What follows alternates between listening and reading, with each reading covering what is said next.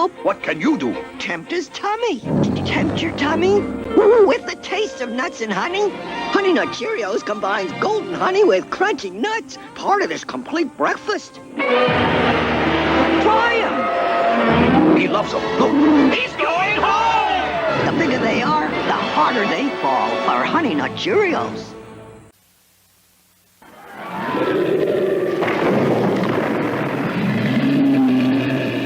The monster! Godzilla! The monster! We must stop Godzilla before he destroys the city. I'm saying a prayer. A prayer for the whole world.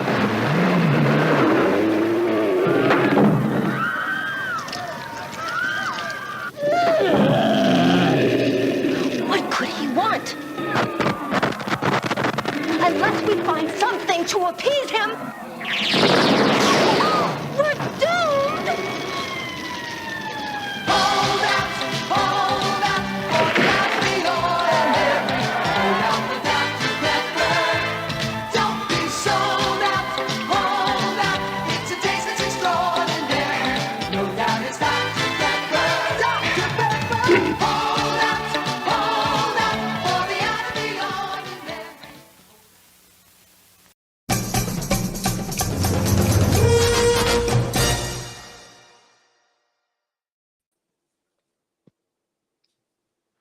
We are live now. Welcome back, ladies and gentlemen, to another edition of Collect All Monsters, a supplemental video. Thank you so much in this kaiju-centric weekend. There's a lot of stuff going on in our fandom right now. Monsterpalooza is going on in the West Coast, which that guy right there just came from. Thank you for being here. Thank you for going 90 miles an hour just to make it here for this show. Really do appreciate that.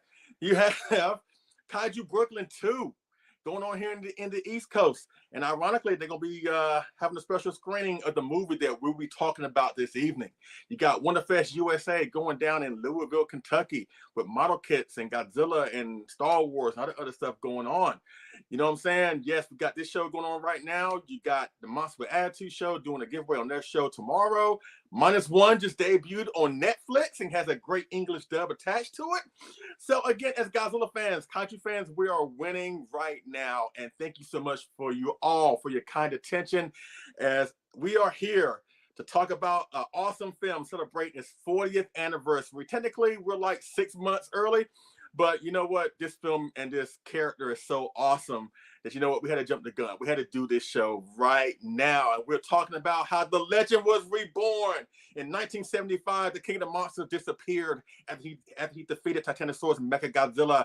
But he came back almost 10 years later with a furious vengeance. And we're talking about that tonight. We're going to celebrate and compare from our perspectives. 1984 is the return of Godzilla, also known as Godzilla 1985. Thank you so much for being here. We really do appreciate it. So let me do my Steve Harvey thing and give an introduction to my awesome special co-host here. Again, start with this guy right here. I call him our resident Ifukube.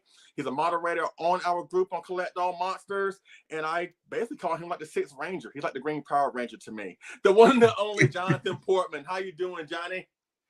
Hey guys, doing great. I'm a little exhausted. I just came from Monsterpalooza in Pasadena, and but which was a good time, really great time. I actually got to meet Megumi Odaka, which was great. I got her autograph here on my VHS. I'm very happy about that, and it was cool hanging out there with David and Keith, and they're going to be swinging by later for dinner. So today's a great day. We're talking about Godzilla 1984, 85, two of my favorites, and I'm down to kick it. Let's go. Let's do it. And next to him, I think you may have seen his face, his wonderful Santa Claus looking face on our channel a few times before, once or twice. You know what I'm saying? Yes, our fearless leader on Collect All Monsters, the one and the only, coming from Japan, the man himself, Kyle Yount. How you doing, Kyle? I'm doing great, Leslie. Thank you so much for having me be part of this. As many folks out there know from all my projects, I really love this movie, even though it may not even deserve all the love I give it. But I can't wait to talk about it with you guys. And I know you asked about collectibles. I got some choice things over here on the side to show off when it's time. So I'm stoked. Thanks for having me here. No problem, no problem. And next, making his debut here on the channel. Pretty much everybody been here except for one person, aside from the person I'm about to introduce now. But you know him, you love him. Nick Adams from the awesome YouTube channel, The Monster Report. Welcome to Collect All Monsters. How you doing, Nick? Great to be here, Leslie. Kyle, we go way back. Adrian, all of you guys, Jonathan, Godzilla, glad to be here and discuss this great film with you guys. This is the first Godzilla film that it started it all for me to jump into this fandom. So this was the one that kind of started it for me when I was little, 4 years old, seeing the big G roar and scare me out of my wits. And I just kept coming back for more. Oh, this is your first. This is your first one. Yep. Is it your favorite? Absolutely. Wow. Oh. Wow. All right. Hey, perfect conversation for this then. That's probably why Leslie invited me on. I talk about it all the time. You know, I collect a ton of stuff from it, and even just the craziness of still collecting the VHS cover arts and even the Laserdisc copy I'm looking at in my face here, just because it's got 84, 85 on it. I've got to own it. Absolutely. So again, thank you for being here. We do appreciate it. Hopefully it won't be the last time you be on this show, because we'd love to have you more on future topics. Next to him, of course, a huge supporter of our show. He's been down with us since day one. He's also the front runner of his own awesome show, Monsters with Attitude. And I do believe that this film is one of his favorites, if not the favorite. But you know him, you love him. Godzilla Train 1090, also known as Adrian Settle. How you doing, A-Train? What's up, Kaiju family? I'm doing wonderful. And of course, this movie is the GOAT of Godzilla movies, at least to me. So I'm really, of course, I'm always excited to talk about this film. Okay. Don't start that. Don't start that. Okay. All right. I'm going to behave here. All right. Next to him is also a great friend of mine. You know what I'm saying? We go back like Cadillac seats. You know what I'm saying? And you know what? Kind of like Adrian and kind of like Nicholas, I think this film is one of his favorites. It's not his favorite. The one and only Brutezilla on YouTube, also known as Butch Bollinger. How you doing, Butchie? Hi, everybody. I'm doing good. And yes, this is my all-time favorite Godzilla movie. I've seen it a million times growing up as a kid. Wore out the VHS tape, but I still got it. And to this day, I don't think anything's going to change that. It's my number one favorite Godzilla movie of all time. Wow. See, again, wow. There you go. I mean, I knew about Nicholas, that this film was his first film and his favorite film, because we did a show like a long time ago, probably like a year ago, I think, right, Nick? But I forgot about it until he just mentioned it. So the fact that, again, this film is near and dear to our hearts, you know, on very different levels, you know what I'm saying? And for me, for the longest time, you know, before I got more into this fandom, for some reason, like this film, and I'm glad it's getting the audience that it's gotten now, but for the longest time, this film was really not talked about that much, at least from my perspective. It was kind of overlooked by the other films in the Heisei series, like Biollante, you know what I'm saying, for its great special effects. Mothra, even though I'm not a real big fan of that movie was the most financially successful film in the Heisei series. Destroyer, obviously, the emotional tie-in with everything, you know. 84 kind of got lost in the cracks, more so 85 in a way. But I'm glad to see that everybody's kind of like come around on this film. And right off the bat, before we go into the hard questions, right off the bat, because again, we're celebrating and talking about and comparing both films, 84, The Return of Godzilla, as well as Godzilla 1985. As a matter of fact, you might as well say we're going to be celebrating this film for 2 years. Okay, 85 celebrates its official anniversary next year. Right off the bat, brutally honest, run the room real quick. And, you know what? We'll just go in this order. Jonathan, Kyle, then Nick, and Adrian, and Bush, and myself. Right off the bat, which version of the film do you prefer and why? 85. And I will tell you why. Because I will say that 84 is, you know, it's more prominently, it's more prominent. It's like the original. It's, you know, it's the original. Can't take anything away from that. But I will say 85 was like the second or third Godzilla movie I saw as a kid. I gravitated to it right away. Everything about the way that it's edited, I will say, in terms of what they did with it, the pacing, the timing, they took out a lot of fluff stuff that I think really helped keep the pace going from an editing standpoint. I think that was good for the film. They took out some shots that when you watch the 84 version, you're like, well, I could see why they got rid of that. But as a whole, there is a lot of subtext missing. There are some things that I prefer they would have kept in. But overall, I think the presentation of 85, I prefer more as a viewer. And I will stick to that. I think it's one of the better dubs out there, to be honest. I know that might be a hot take, but I think in terms of how a lot of the actors portrayed their parts, if you look at the other ones, the older ones, there's a lot of caricatures of those characters. These, they played it, seemed to be playing it very straight. Raymond Burr did his job. He played it very straight. I like the way the film ends over 84 because of the music and the way that it hits tonally. I think that really terrible, terrible pop song that plays at the end of 84 kills the mood. It kills the moment. It kills the somber attitude. And 85 takes it and says, you know what? Pop song. It's terrible. I'm sorry. I'm saying it's terrible. I don't like it. It's nostalgic to a lot of people, but I can't do it. But the way that they portray the end is like, you hear the music comes back in. They even play Kuroko's music. It's just, I like it. And they even have Christopher Young bringing his music in there from DEFCON 4, which, you know, this movie stands out a lot more than that one. So I would say overall, long-winded 85.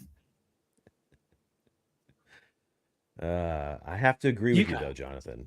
Yeah, I am as similar to Nick. This was my first Godzilla movie ever too. I think I had only seen Rodan before this, and that was when I was like a little kid. And so, what was it? 37 years ago. Good Lord. I saw this movie actually when I moved to Japan, and we were actually, they played it, the 1985 version on the American or international English language channel. And I was like, what is this movie? Because I was a Ray Harryhausen kid. Like I still do love Ray Harryhausen movies, but you know, the stop motion never looked realistic. It looked awesome, but it never looked realistic. And then to see like Ken Pichiro Satsuma's Godzilla stomping through this city that I also lived in, I was like, this is amazing. And so it really just blew my mind way open. And to be perfectly honest, while I do agree that the 84 film from Toho might be a little more pure in its representation of Toho's vision for Godzilla's return, the New World Pictures American faction really made some very good decisions in terms of their editing, like what Jonathan mentioned. So much so that whenever I do watch the international version or the Japanese version, there are shots that I'm like, whoa, I don't think I've ever seen that shot before, because the 85 version is so burned into my brain. And you know, I think I've said this many times before, there's no perfect Godzilla movie.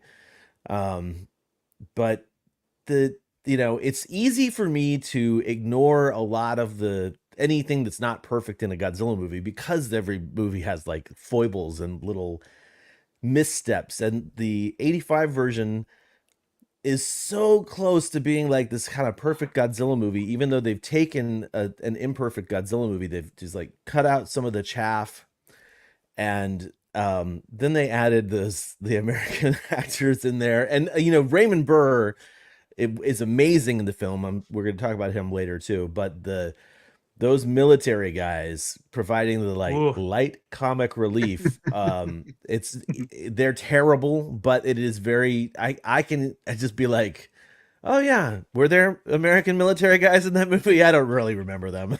Like there's an urban renewal program going over there.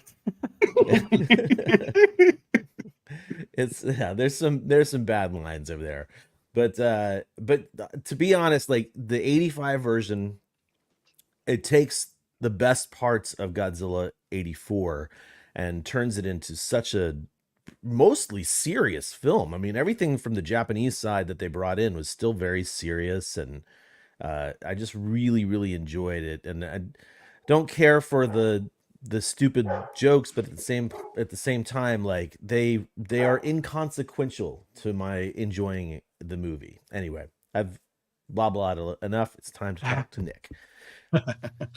All right, and I'll try and say something different because they took the wind out of my sails. They got everything right. The editing is so much tighter in this version. RJ Kaiser, and his team putting it together for an American audience.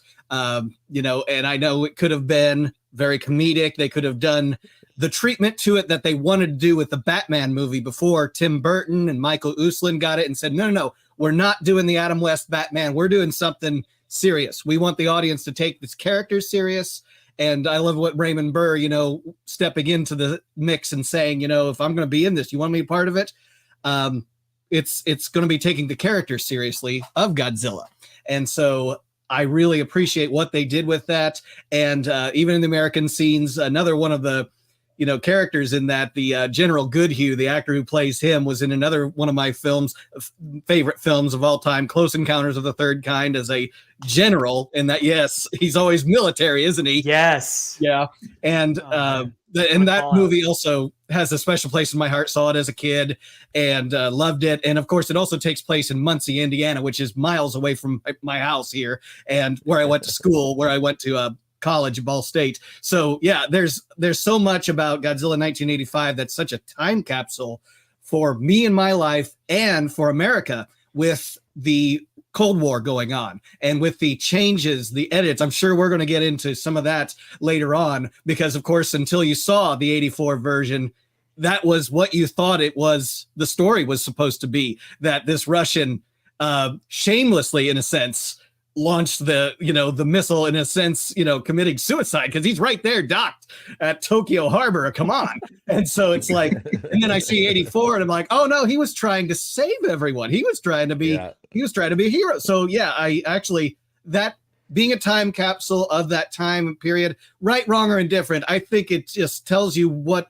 was going through people's heads during that time and how we felt about international relations and the Soviet Union and all that. So yeah, again, so much to talk about. And it's also a real conversation starter with people who, maybe seen this. And then I been like, okay, check out the 84 version too. It's a different flavor of the same thing. I still love seeing the 84 version and some of the special effects shots that were left out. Yeah, I understand why they were left out.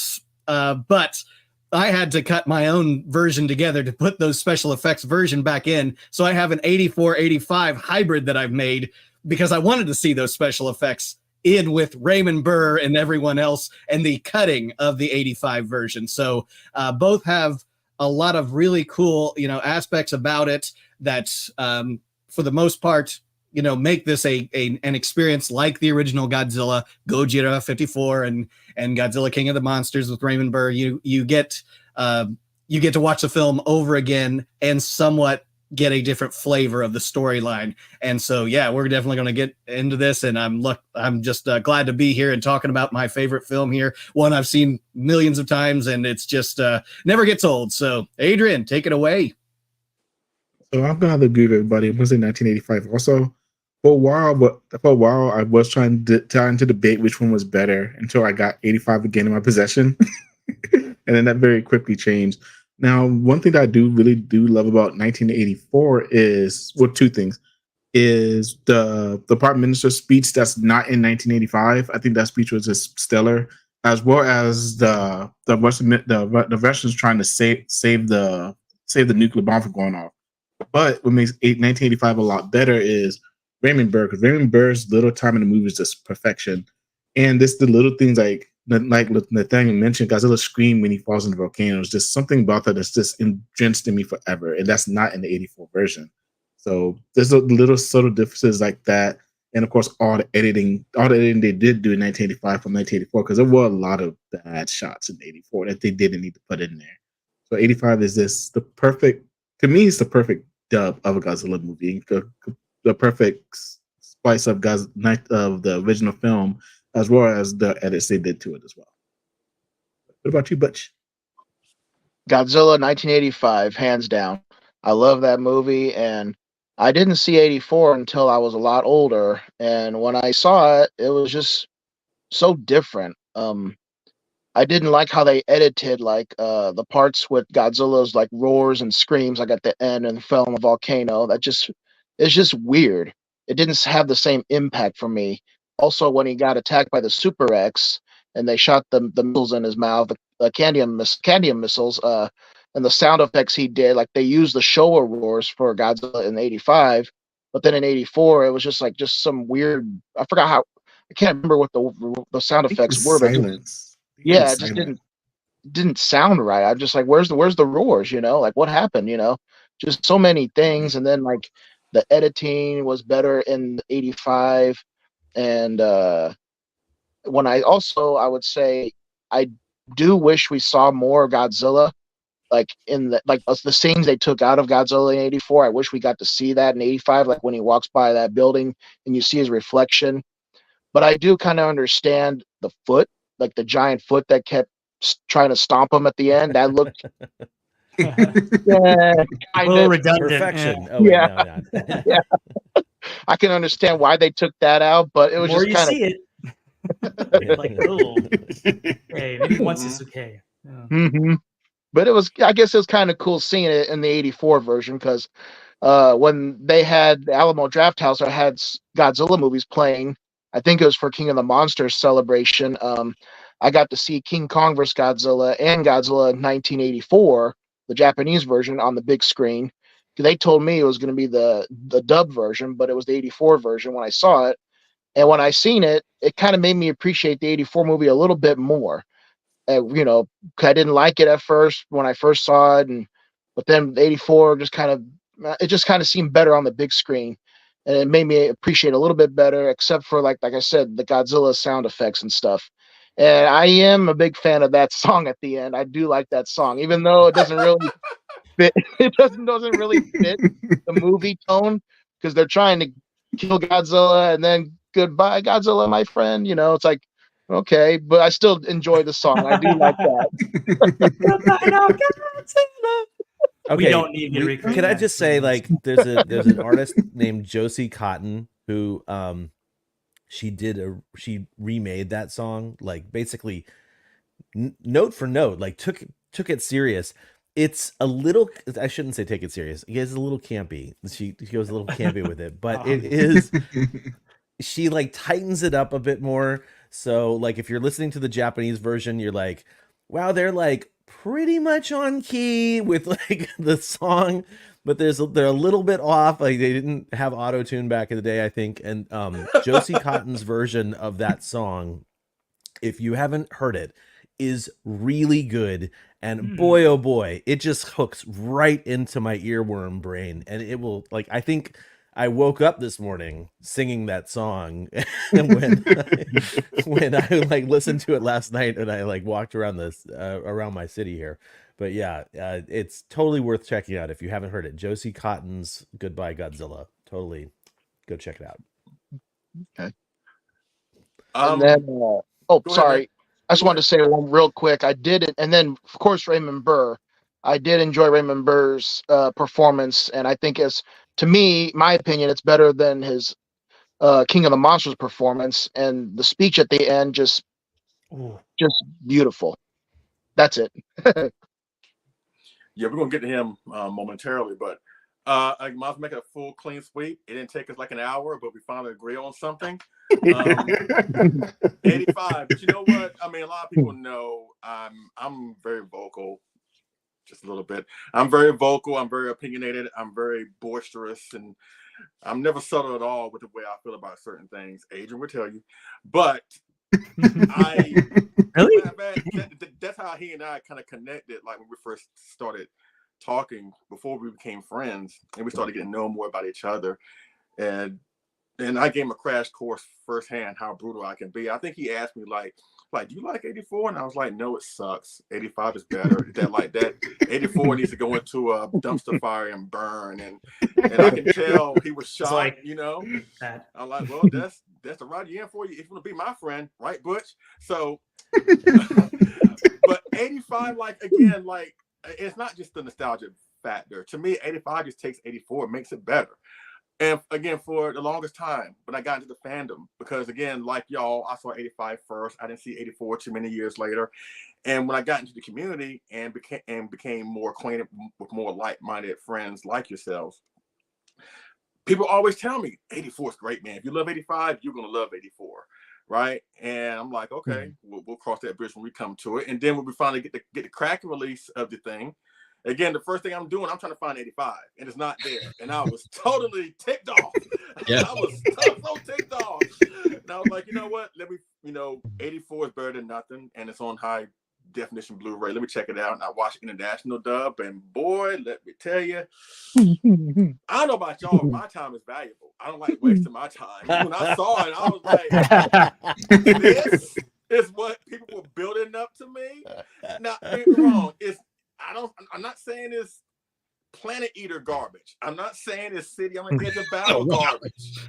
But it became one of my least favorite Godzilla films of all time. And again, the same criticisms I have about 84, ironically, some people have the same criticisms about 85, but still, through it all, 85, again, that movie is amazing. And again, the fact that it's the only Godzilla film, and we already know about the issues, about the rights issues with some of the music cues in the film, but the fact that that film does not have a proper Blu-ray release is infuriating to me.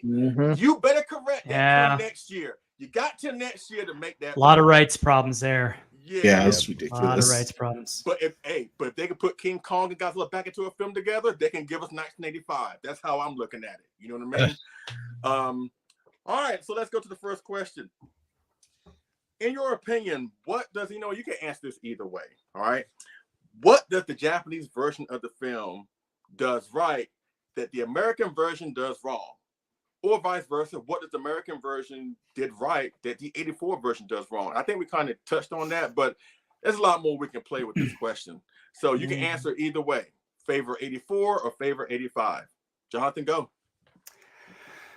Oh, okay. Well, I think, I'll go to what I was talking about earlier. I think what 85 does right in a lot of ways is it gives us a more streamlined, edited approach to the film. It makes it tighter.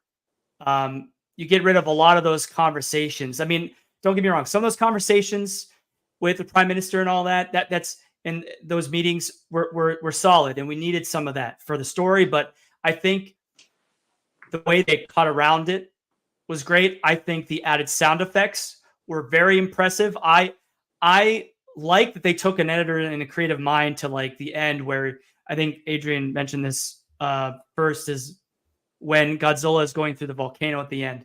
And you hear that loud, high-pitched screech that they added. When I watched 84 for the first time, and I that part, I'm expecting to hear that. I don't hear it. And maybe it's just because I don't hear it, but I think it adds more gravity and more emotion to the sequence because you're hearing that pain as he's going down in. Instead of just nothing, it's kind of awkward. There's a couple moments like that in the movie. I think cinematically, it just plays better overall. And I actually really enjoy the added music. I think it plays very well with Kuroko's stuff. Yeah, I think it's very well implemented. I like the military, the evacuation military preparation scene is my favorite in 85. I think they do that so well because they create the tension and the heightened anxiety of the moment with the music as they put it together. Because again, when I saw 84 and that sequence, it didn't have as much weight to me. It didn't seem like very urgent. It just didn't seem as powerful. So I think 85 does a lot of things in respect to making things heightened and more emotional in the moment. Then it's a kind of the same deal I have with War of the Gargantuas. And we all talked about that last week with that music from Philip Green, making it into, the terror hunt music, making it into the film in place of Ifukube's, Maser tank. I forget what it's escaped me at the moment, the march, but it just plays better. It just seems like it fits better. But on the flip side, 84, I think what 84 does right is that it introduced us back to Godzilla and gave us Godzilla in, like Kyle said, in its purest form. And there's a lot of darkness. It harkens to a different time in the world. It's a Cold War anxiety right now. It's not necessarily a nuclear message. It's still that, but it's not that at the current time. Godzilla, it shows Godzilla can work in every era, and play to the current events that are happening. I think that's what 84 does the best. It takes the current events in the overall social anxieties of the time, and it projects that in the global sense. But, you know, to me, 85 does more technical things better to serve the movie well. And that's what I'll say. Kyle, up to you.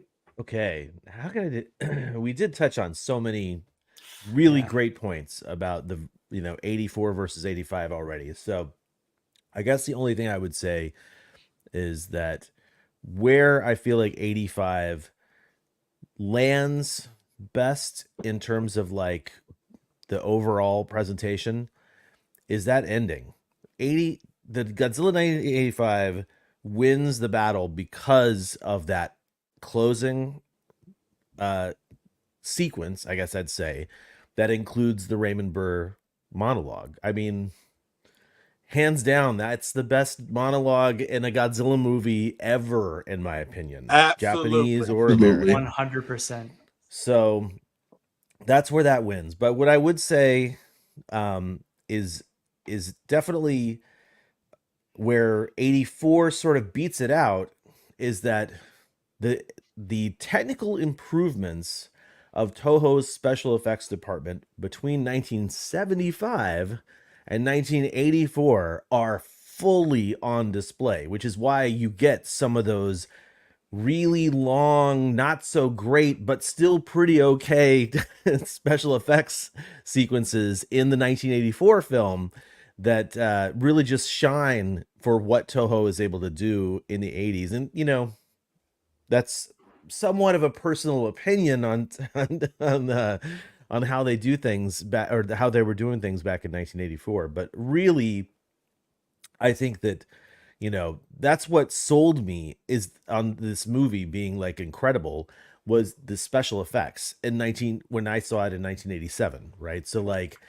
even though I had seen the Star Wars movies and I had seen all the great special effects films from America, seeing Godzilla smash his way through Shinjuku really, really like blew, again, as I said earlier, blew my mind. And like, I think that's what I didn't realize I had been looking for in a special effects film. So that doesn't have anything to do with the Americanization of that. That really just has to do with like the Japanese side of things. So I guess I would say great job from Toho in terms of like bringing the special effects game up to where it was in 1984 to present Godzilla in this way.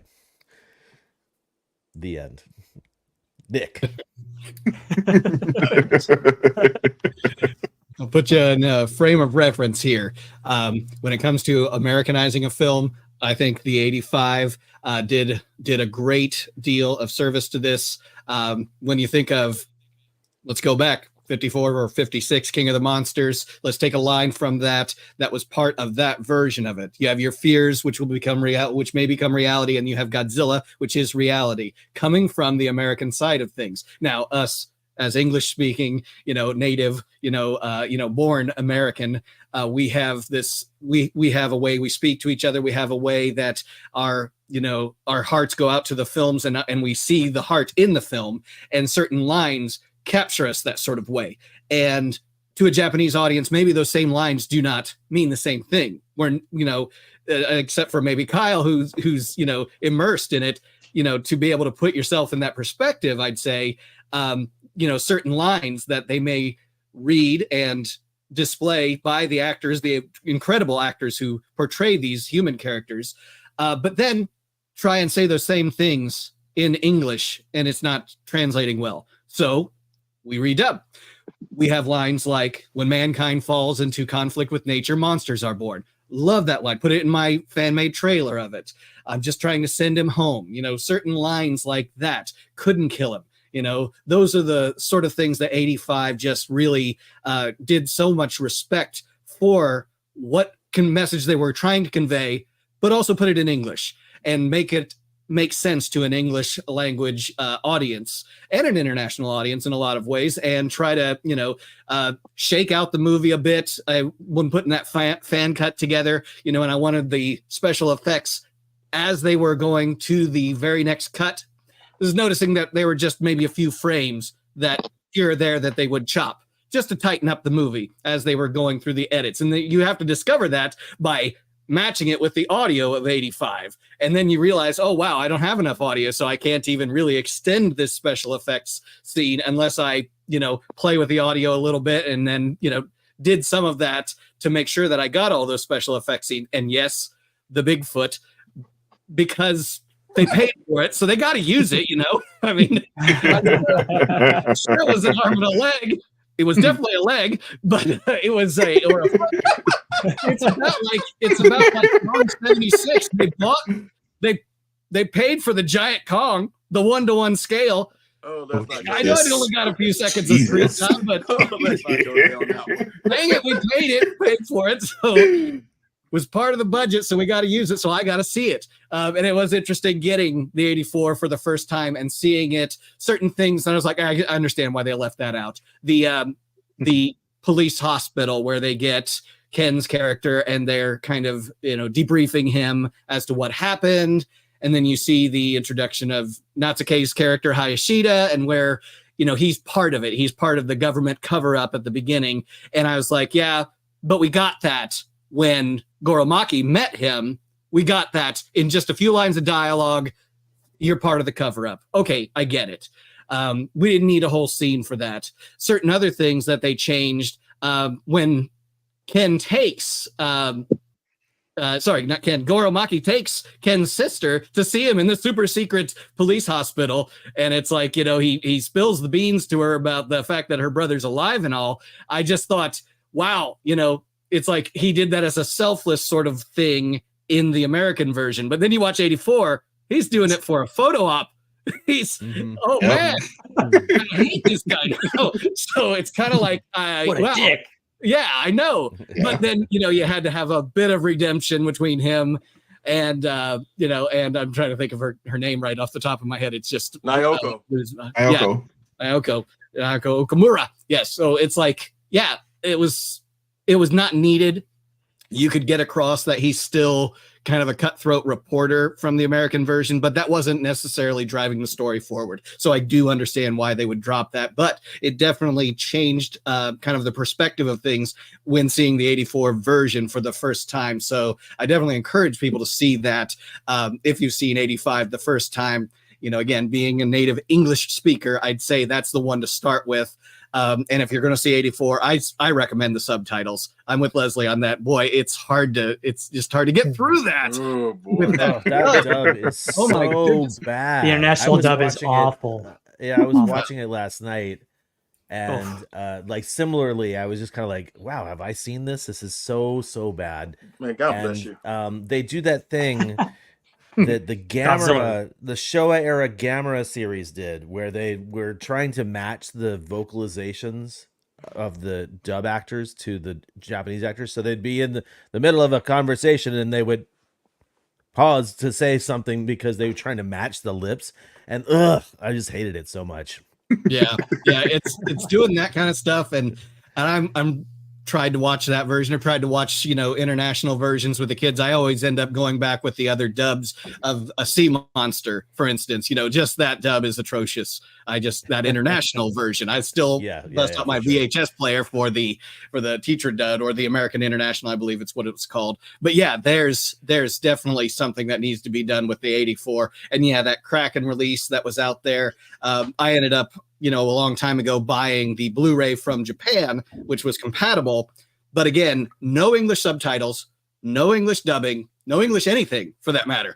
It was a lot of Chinese and Japanese. So I was watching it for the special effects, of course, and for the cutting of it. And so I could see it in high definition before we finally did start getting it in high definition, whether you got yourself a bootleg or, you found it online or whatever, but at least having the physical media of that, an official Toho Blu-ray of it was definitely worth adding to the collection. But yeah, that's, seeing it in high definition. And I remember when they had Biollante come out on Blu-ray and we got, that release on Blu-ray, the beginning of it, you get a few shots of 84, and then I'm like seeing in high definition for the first time, and I'm like, okay, I've got to get that total release now because I want to see all these special effects shots in HD, seeing the transfer, from the 35 millimeter film to what it would look like on HD. And of course, I saw this in the drive-in, when I was a kid. So, and now recently, it's there's a drive-in actually in Pennsylvania that's going to be showing it on the drive-in. So Honing drive-in, yeah, Nice. it's later here in June. So if there's any way I can get out there and see that, I'm just going to relive my childhood memories from the time when I was 4, seeing this at our drive-in here in Randolph County, Indiana. Love to see it again like that, and then see if it stirs something up again. But just to be able to see it and experience it again on the big screen would be definitely a wonder. So that's all I got. Adrian, take it away. Yeah, I'm not gonna be too long. I did kind of mention it earlier. Of course, what 1984 did really well was the prime minister is struggling to decide if he's going to use nuclear weapons on Japan or not. Of course, we know Japan's history with nuclear weapons, and the way they test on that seems just honestly beautiful. But of course, as we mentioned before, and like we're going to continue to mention, what really makes 1985 that much leaps and bounds better is Raymond Burr's speech. That speech lives rent-free in probably every Godzilla fan's mind. It's probably one of the best speeches in the whole franchise. So, I mean, really, that's all I got to say about that. And well, I guess another thing is we don't get any Godzilla foot in 1984 also, because that foot was almost as bad as King Kong, that animatronic King Kong at the 76 film. Because yeah, that was bad. What are you talking about? There's nothing wrong with that one. I love that one. Leslie? And yeah, Butch was here, but I think he has internet trouble. Hopefully he'll come back. But yeah, I agree. 85, what I think does better is it's the pacing. Pacing sometimes is everything when it comes to a film. Sometimes if you have the wrong pacing, it can make the experience boring, no matter how good the film is. And 85 does a great job with this pacing. Again, to the point where, again, a lot of these special effects shots of Godzilla that you see in the 84 film, I think somebody mentioned it in the comment section, and we'll shout you out in a few seconds, that said, the 84 has a lot more of scenes of Godzilla in it, which is true. But sometimes not every scene of Godzilla is actually good. You know what I mean? Which is why, again, going back to the point that 85 did the film better by cutting those scenes, those wonky special effects scenes, whatever. And they did such a good job that, again, for the longest time, I actually thought that the Cybot and the Suit Accurate 84 were one and the same. I did not know that there were two different versions of Godzilla, because they did a good job of splicing the Cybot in with the 84 suit, But again, the 85 just does a better job in terms of pacing. Now, in terms of the 84 version, I do agree with Adrian. I do believe that the Prime Minister, that character of the Prime Minister, is portrayed better in the 84 version. Now, they kind of, I would say, lighten him up in 85. You do kind of get the sense that there's a lot on this guy's shoulders. He's trying to protect his country from Godzilla. He's trying to make sure that these two warring countries of USA and Soviets, and they're going back and forth with each other. And Japan's like, hey, look, we, and that was kind of the thing back then. You know what I'm saying? That Japan was like the small house, and USA and USSR were like these two giant skyscrapers, and they would just basically, in a way, kind of bully Japan, I guess, in a lot of respects.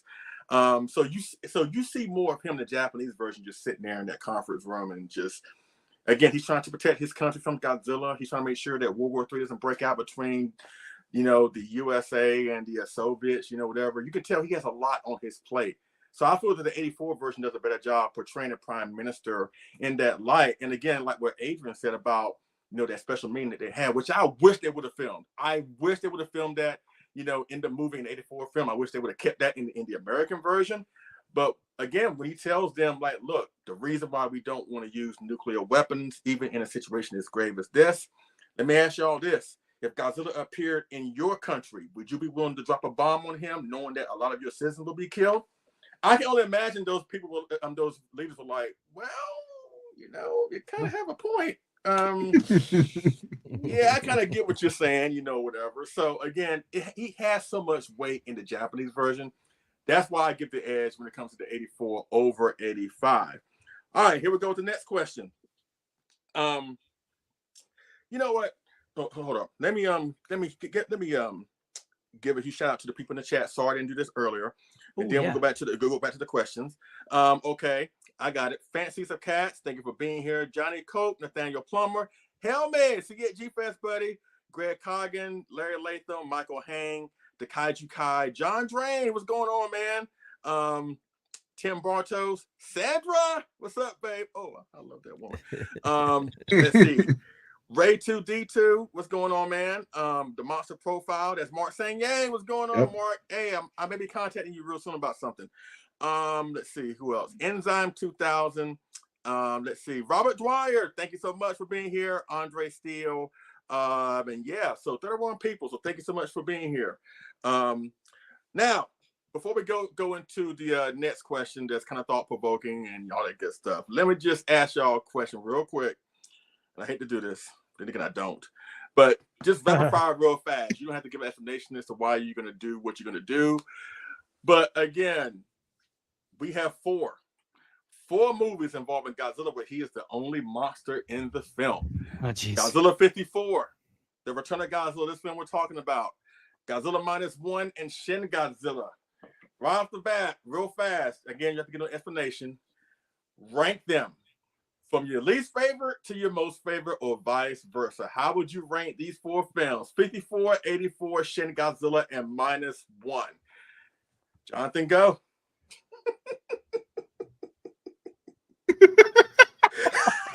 Okay. Do we have time to sort of play this while I consider my... No. Okay. What I will do is tell you, Leslie, questions. Okay, so I got to put -1 at the top. Okay. -1 is an achievement of achievements for Toho in a lot of ways. I loved everything about that movie. Both versions. I could watch them endlessly and never get tired of them. I know it's fairly new, so that might be, influencing my decision because it's fairly recent. But we've had a long time to let these other movies simmer. So the fact that -1 holds such high esteem for me, I'd say -1, number one. I would also say...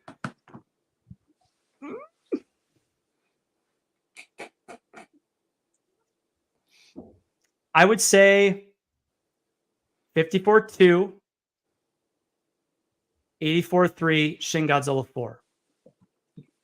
I loved Shin Godzilla, but for ranking those films, quite honestly, 84-85 is going in the third spot because of strictly the nostalgia button. I'm pressing it hardcore. Like that movie to me is especially 85 is like one of my great loves, and it has to be before. Shin Godzilla is great. I love a lot of things about it, but I don't find myself going back to watch Shin Godzilla a lot all the time. Like I'll watch it when it's on, but it's not something I'm going to go back and forth to. So in that sense, that's my ranking. Yeah. Kyle? Pass. Just kidding. Okay. So I'll just do the ranking from to the David Letterman style. So coming in at number 5, actually is Godzilla -1. Number 4 would be... Oh, wait a minute. Yeah. Okay. Jonathan, you gotta put up that graphic. The opinions of Kyle does not reflect.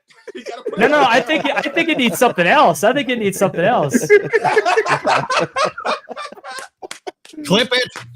It's not the Ultraman Stinky, because I think that totally fits too. But both. I mean, also, right, John. Well, John Ruffin's gonna hate all of John this, is not gonna bless you. He's not gonna bless you. Okay. Yeah. So number 5, but that's still high up in the Godzilla. We're not talking about in all of the Godzillas. We're talking about marking these as the singular Godzilla appearance films. So of these, number 5 would be -1, and I loved it, and I find myself enjoying it less as time goes on, but still enjoying Godzilla -1. That's fair. Again, I'm gonna be the blasphemer here because we're talking about our enjoyment level. We're not talking about where this sits. I know where you're going. I know where you're going. I do too. Buckle up. Buckle up on this one. Yeah. Yeah. You guys, you might want to hold like your favorite item in your arms and like get your security blanket. But number 4, I'm gonna put at the 1954 film. I love it, and it is iconic and wonderful, but you know, it's not there for me. And number 3 would be Shin Godzilla. Wait, what? I missed. I'm trying to figure out how you did 5. Yeah. So that's why I was waiting. I screwed up.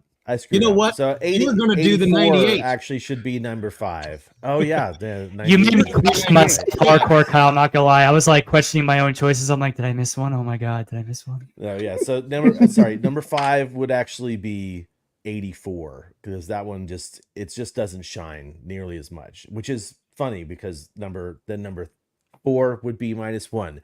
Number 3 would be 1954. Number 2 would be Shin Godzilla.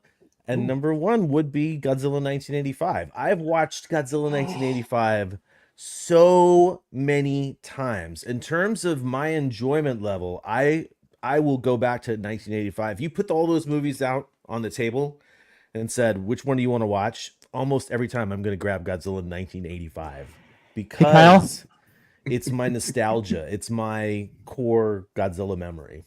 What's up, Jonathan? You know who approves of that? No,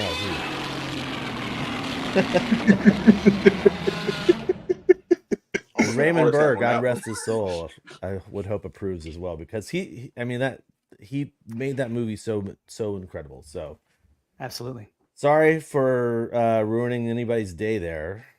I think I'm just gonna go ahead and pass it on to Nick before I say anything else damning. Got it. I'll keep it short and I'll just stick with the 4 because 54, 56, and 85, 84, whatever you want to call them. I'll just pair them together. So yeah, at the bottom of my list would be Shin, just because I like to rate on rewatchability a lot, and it doesn't have the rewatchability as much for me. So what has a high rewatchability? Love 54, and it is coming in at number 3 for me, but I do have to put myself into a mindset to absorb 54. And so it's not one I can just throw on there and enjoy and, not skip around to get to the monster scenes, things like that. Even when I watch it with my kids, they're like, let's get to the monster scenes. And I was that way as a kid too. Now I appreciate a lot more of the film as a whole, obviously as a grown old man here. So then -1 is next because it's hitting the marks just all over the place. I love that film. Love seeing it on the big screen. And, I can't wait to see it when we finally get ourselves a physical media release or, if I get a Netflix account again. I've just not cared about Netflix in a long time. So I'm just like, whatever. So, but then again, if -1 is on there, let's wait till the physical release. So I love that film. Talk it up constantly to people. And 85, because the rewatchability, I could put that on right now. And I saw it just a couple of days ago. And it was fine to put on again. And it's one that, especially out here, we get thunderstorms a lot. And I'd love putting it on while there's a thunderstorm going on outside. So as long as we don't lose power, keep watching 85 and enjoying it. And it's like, it just adds to, the experience of that film. And I do love seeing Godzilla at night. I think there's sometimes, broad daylight doesn't do the special effects any favors. It really helps with 85. And of course, the fact that we get, the beautiful special effects of Nakano and Saibot, which just looks incredible in its close-up shots, the great suit acting of Satsuma. I mean, just everything came together in that film to make it overall enjoyable, rewatchable. I rate the Showa series that same kind of way. What is it that I find myself rewatching? May not be at the top of my list, but Megalon has a lot of rewatchability to it because it's just so much fun. It's not the favorite, but oh my gosh, is it fun, and it's one I can put on with the kids, and I was like, Jet Jaguar's coming, so it's like, and then in 85, it's like the Super X is about to come, it's like we're about to blow up Godzilla. No, we can't. He's, taking all the damage, and it's just an amazing shot. And then you get those, those waiting periods, the mystery surrounding 85. There's so much about him that is mythological almost, that they're trying to obliterate him, and he's just walking through without a scratch on him. So much about that made Godzilla that mythological monster, not just a out of place dinosaur, not just a mistake of science and nature, but something along the lines of the Colossus, and Zeus, and the Clash of the Titans, kind of Jason and the Argonauts kind of monsters that they were experiencing, that was punishment from God. And so that's why 85 and that roar, just does it for me. So yeah, I'll take another roar if you don't mind, because it's just that good of a my film. pleasure. It's my ringtone too, by the way. Oh, we got some growls. That's good. That's a good one too. Love it when I get a text from anyone, because that goes off. Really good conversation starter at church too when that goes off. Right in the quiet moments. It's always the quiet moments. That's right. Yeah. Oh, actually, I hate to do this, but we have a question real quick from one of our members here in the chat. Enzyme 2000, a question for the panel. Just an idea. Thoughts on how Godzilla -1 could be the new Era 54 setting up for a return of Godzilla-like movie for a follow-up sequel to -1. And we don't have to get too far into that. Just say yay or nay, I suppose. Right? I don't know the answer to that question, to be quite honest with you, because I don't know what they're planning for. If there is going to be a -1 part 2, I mean, I'm sure there's things that they have in mind, and I know that there's an idea already floating around there, but I have no idea. So I cannot say. I would, I guess I'm open to it.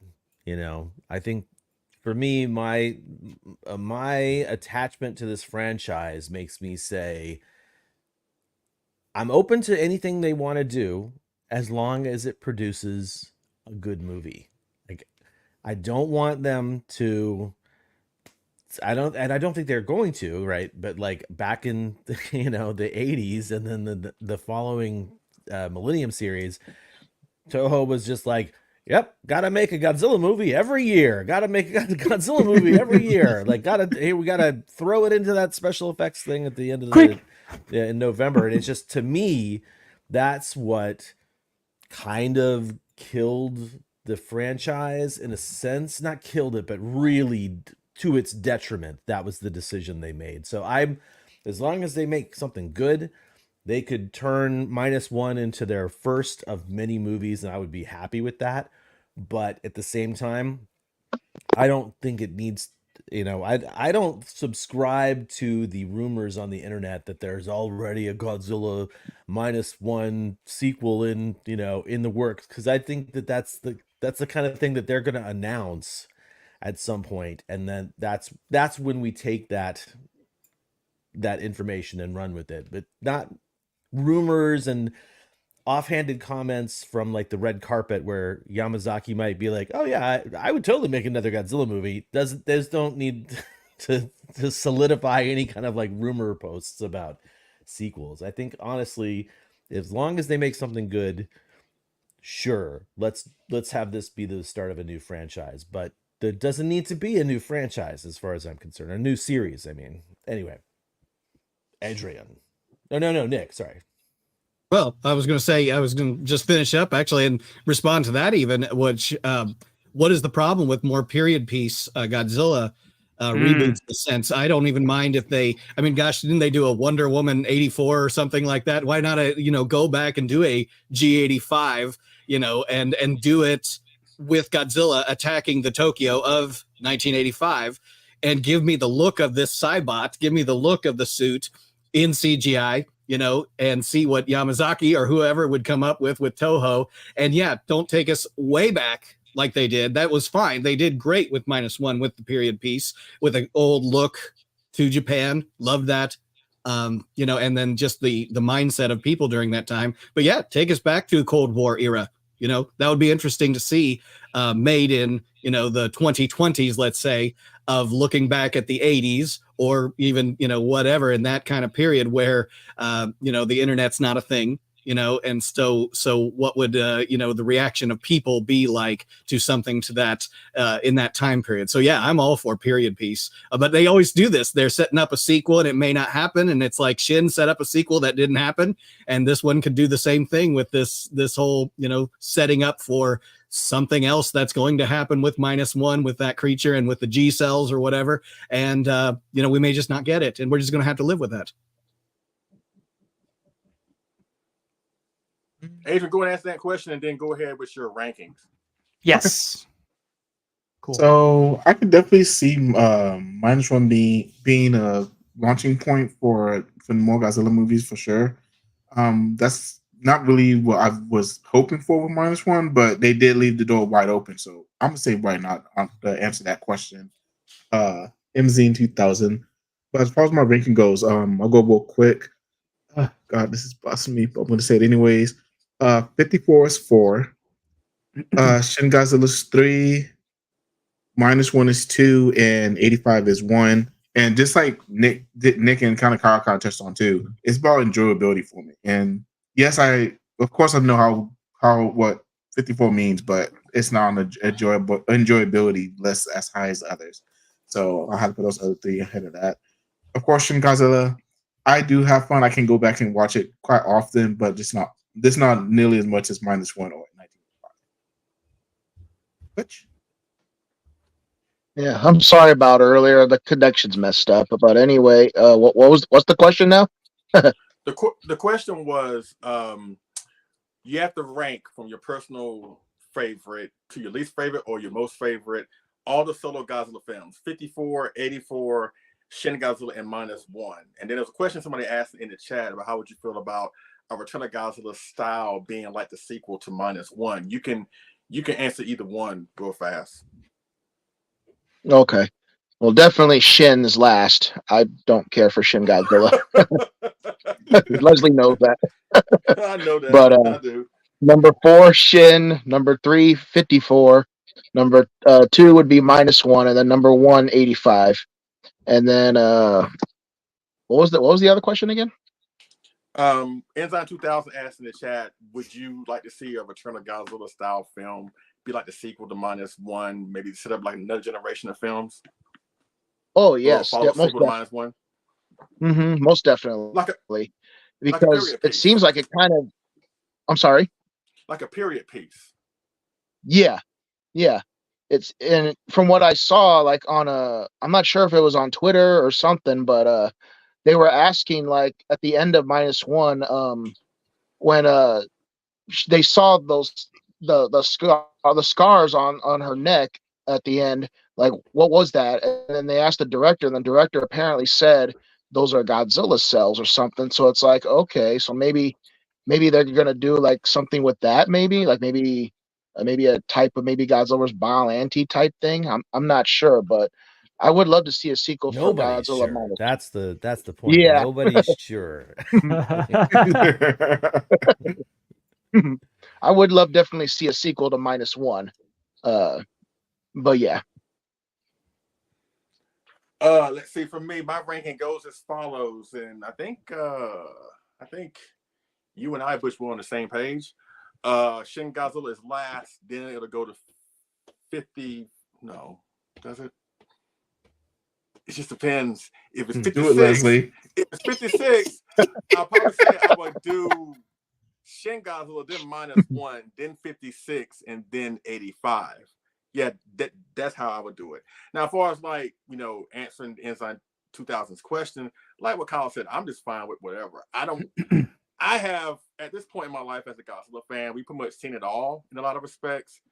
I just want to see a good movie. Again, good depends on the person, you know what I'm saying, especially in this fandom.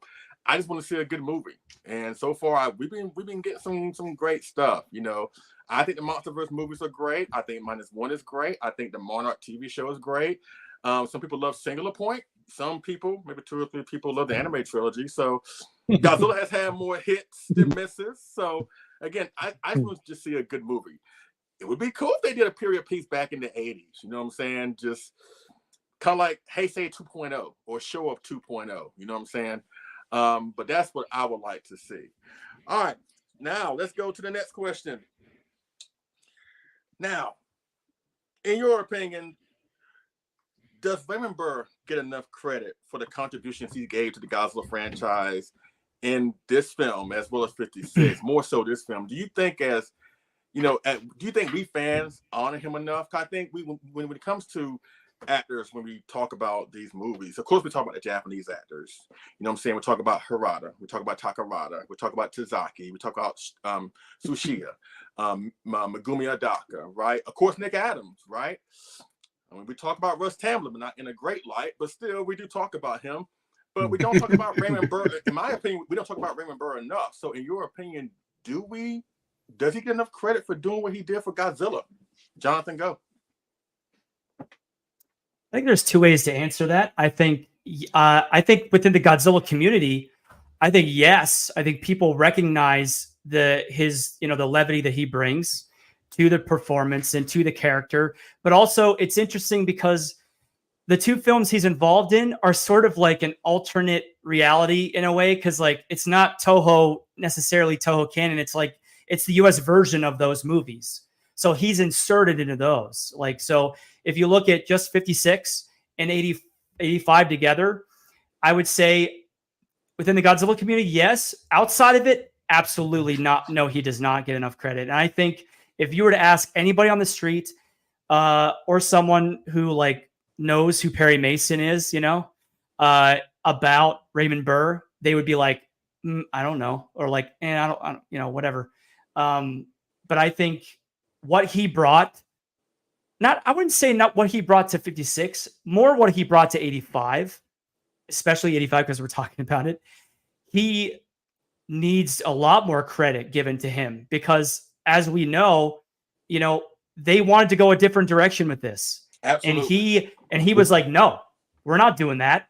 Even when there's an interview I read where RJ Kaiser was saying that like one thing he does remember from Raymond Burr being on the set and shooting was, they tried to get him to drink out of a Dr. Pepper can. And he was like, he didn't even say anything. He just looked at them with those eyes burrowing into their brain. Piercing stare that he gives. And they were like, okay. And they're like, he's not going to do it. And I'm not going to force him. They called Dr. Pepper like, you tell him to do it. I'm not telling him to do it. So we give it to the other guy, the comedic relief guy. The Urban Bruno program. Okay, sure. We'll give it to him. But Raymond Burr, like that man saved what could have been an utter disaster for Godzilla fans. And honestly, would we have known it would be a disaster if we had seen something different? We don't know.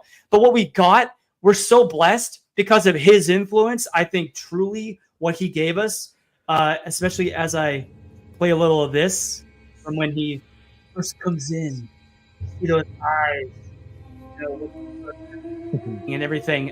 And the little, whatever that dragon is, that little dragon statue he has, his little jade dragon or whatever, his little generic dragon he has. He gives so much levity to that movie. My God, every time he says something, he commands the screen. I just like listen to him, like he's speaking gospel to me. Especially at the end, like Kyle said, that speech is incredible, and I would take that moment over anything 84 had to offer at the end. Because that, to me, I get welled up when I listen to it. Yeah, it's a little over dramatic, sure, but like it fits the vibe and mood of the moment.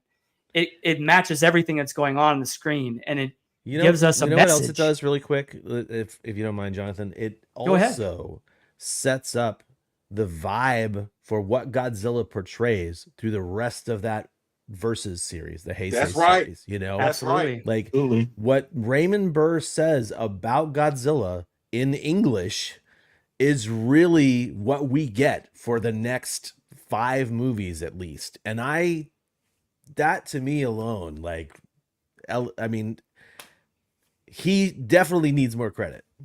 I feel like I interrupted you, Jonathan. I'm sorry about that. No, totally fine. That's a great point, and that's something I haven't really on a broad scale thought of. I just hadn't thought of that, but it's so true. The one last thing I will say, and this kind of goes beyond the scope of the film, when he was promoting his other films, right? And someone would bring up, like Bob Costa brings up Godzilla in such a like condescending way almost to me. He brings it up like kind of like a joke, like, oh, you're in Godzilla. And he's like, I love Godzilla. He wanted to do this. It's like he was totally down to be a part of it. Like I love that he, is kind of a quasi ambassador for Godzilla in a way.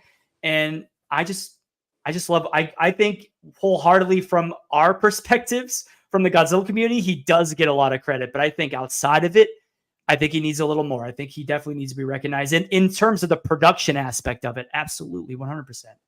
And I will leave that off. Kyle, perfect segue into you, my man.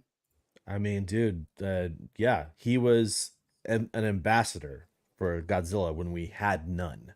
You know what I mean? And it's a shame that he died so early in his life, or so early in Godzilla's life, I guess I should say, because I would totally have loved it if he had been around for like Destroyer. The potential. Yeah, like I think someone in the chat mentioned, like, wouldn't it have been cool to see him in Destroyer? And like, He should have been. definitely. Like, Yeah. I think honestly, his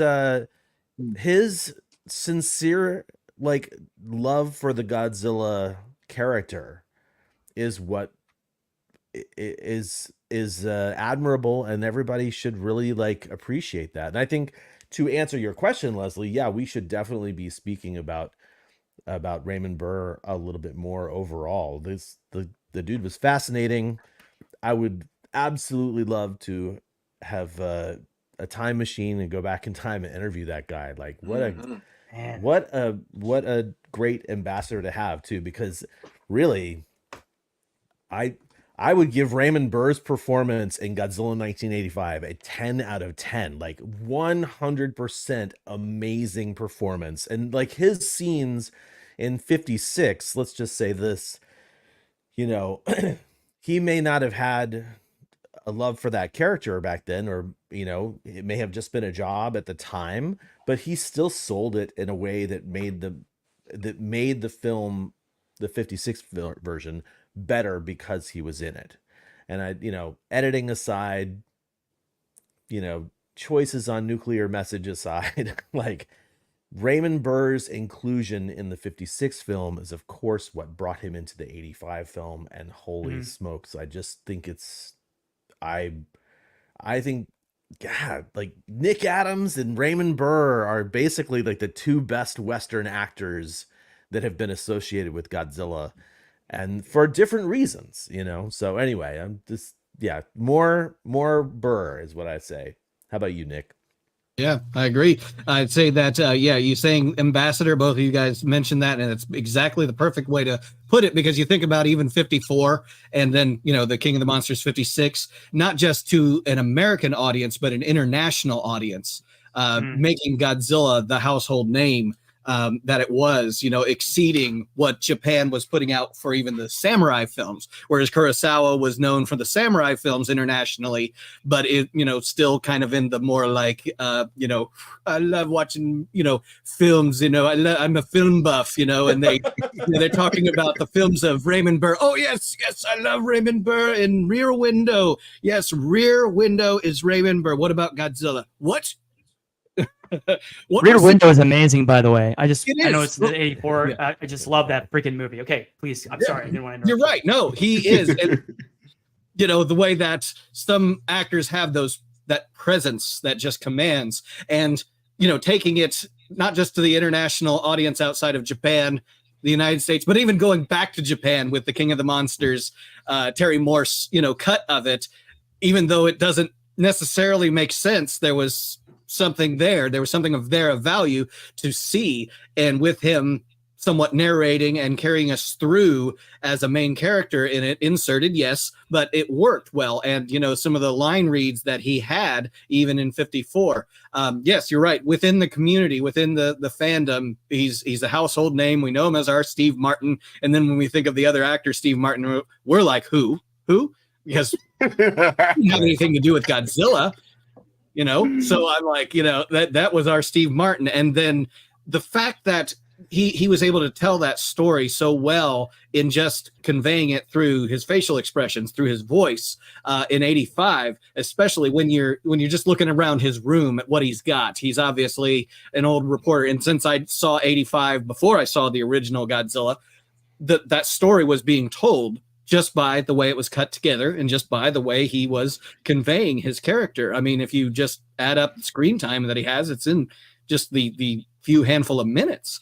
But yet the story was really injected into your soul. You could put yourself back into 54 at the time Raymond Burr was visiting his friend Sarazawa, you know, and experiencing that through 1985. Love that shot with the, you know, him at the Pentagon, you know, when he's watching the old footage with, you know, the generals and all that, and they're trying to make sense of this. They need someone like him to kind of bring it all together for them. Not that anything that they were doing was actually really helping. I mean, they help with the missile strike, but that's just about it. Other than that, they're just watching on the big screen and just kind of taking it in. But yet that became the relatable character for me, you know, as a kid watching this and seeing that story unfold and bringing me back to 54, even though, again, not seeing that film. And then when, of course, I saw it, I was just like, wow, this just fits within the glove of the Godzilla, you know, canon in a sense. You could take it or leave it, but yet you're right. It does contribute so much, and that put Godzilla on the map. It could have been a different monster that was making the international rounds, a different giant monster, let's say, but it was Godzilla, and he became the icon, and largely due to Raymond Burr's work. And of course, you know, Terry Morse, we got to give him credit too, with, you know, bringing Godzilla, you know, and re-editing it for an international audience like he did. So yeah. Love what he did for this. Adrian, you got this. Yeah, I'll kind of answer this as a two-parter too. I mean, yeah, a bunch of Godzilla fans probably our age who have been a fan of us as long as we have. We definitely know and appreciate and love Raymond for what he did for the franchise. But maybe some of the newer fans are just not coming in with the MonsterVerse stuff they may not understand just yet. Which I mean, at the end of the day, that is why we do have shows like this and have discussions like this to educate those newer fans so they can go back and relive and rewatch. Oh, so this is what they're talking about Steve Martin and Raymond Burr. Because I mean, again, Raymond Burr, he brought so much of a different perspective in both 1954 and especially 1985. And like you said, I mean, like the questions asked, I mean, we talk about it enough, but not everybody talks about it enough. And Raymond Burr definitely deserves to get more recognition for what he did for the franchise, especially being an American actor. Give him his flowers. I think I would say that Raymond Burr gets more recognition, I think, for the 56 King of the Monsters. And I think that has to do with media, because I think a lot of older fans appreciate Raymond Burr, or know more Raymond Burr more about in 85. And that's because King of the Monsters and the original Godzilla are more like readily available for media, you know, or DVD, Blu-rays, and then Pluto TV too. But when it comes to 85, not a lot of newer fans know that, because, you know, they all know about just from the 84 version, the Kraken version and stuff. Yeah. And the only legit way to see 85, and the only way, the legit way to see 85 is the VHS tape, which is sad, you know. I wish they didn't. I wish all the rights weren't in limbo or whatever's going on with that, you know. So that way, more fans, old and new, can, you know, have a legit copy of it on DVD or Blu-ray or whatever, you know. So I would say, for me, 85. I think 85 for me he gets more recognition because of his speech, and then his acting in the movie. But I would say overall, I'd have to say just King of the Monsters, only because of the media. Leslie? Oh, but you're forgetting, my friend. There is another legit way to see it. Oh, yeah, the Laserdisc. I love Laserdisc. Oh my god! Wow. Laserdisc. Actually, I wish it had better picture quality. Laserdisc good. I think there's back in the day Like before I even had any kind of HD TV thing, there was an HD Monsters HD channel. Right. And they showed Godzilla 1985 in high definition. I don't know how actual high definition that was. But thankfully they did that because people were able to acquire it, and it has been made unlegitimately available for some to watch. But anyway, I'll pass that back to Leslie now. Yes, I agree with every one single one of y'all. To me, he doesn't get enough credit. Just because he was just in 2 movies doesn't mean that he never had an effect on Godzilla as a character as a whole. He had a tremendous effect on Godzilla. Even again, seeing him, and again, when I watched the 56 back in the day, I was a kid, you know, I didn't really understand what was going on and stuff like that. But I'm like, why is Perry Mason in Japan? And why did he change? Like, making more money as a journalist is better than being a lawyer? Like, I didn't get all that. But then as I've gotten older and know more about him, again, I feel like this. Raymond Burr did so much in front of the camera in 56, but his contributions behind the camera in 85, not to mention his speech, really sells it over the top for me. Because again, like what Jonathan said earlier, originally this was going to be a spoof. They originally planned this film to be a spoof, not to be a serious movie. They were going to take all the serious footage from 84 and turn it into a spoof, which basically defeats the purpose of 84 in the first place. The reason why they made 84 because they were trying to get away from the goofy Godzilla that we got in the 70s. Again, we love those 70s movies, but at the same time, when they were trying to relaunch Godzilla, they wanted to start from scratch and go back to his roots. And you can't do that if you're going to talk about the tail dragon drop kick and him flying and all that good stuff, despite the fact we love those movies. So if they would have done a spoof, and maybe it wouldn't have been a success, would we have gotten the Heisei series out of that? Not to mention it, and again, I know that Nathaniel Plummer's in the chat, and I know you love this movie, but I have to be honest here. King Kong Lives came out like a couple years later, and that film wasn't the best in the world. Honestly, Watch your mouth. Watch your mouth. Watch your mouth. It's one of the reasons why Violante came out 5 years later, because giant monsters wasn't really the thing. You know what I'm saying? I mean, Sure. I'm speaking the truth. You know what I'm saying? But again, had 85 been a spoof, again, would we have gotten the Heisei series out of that?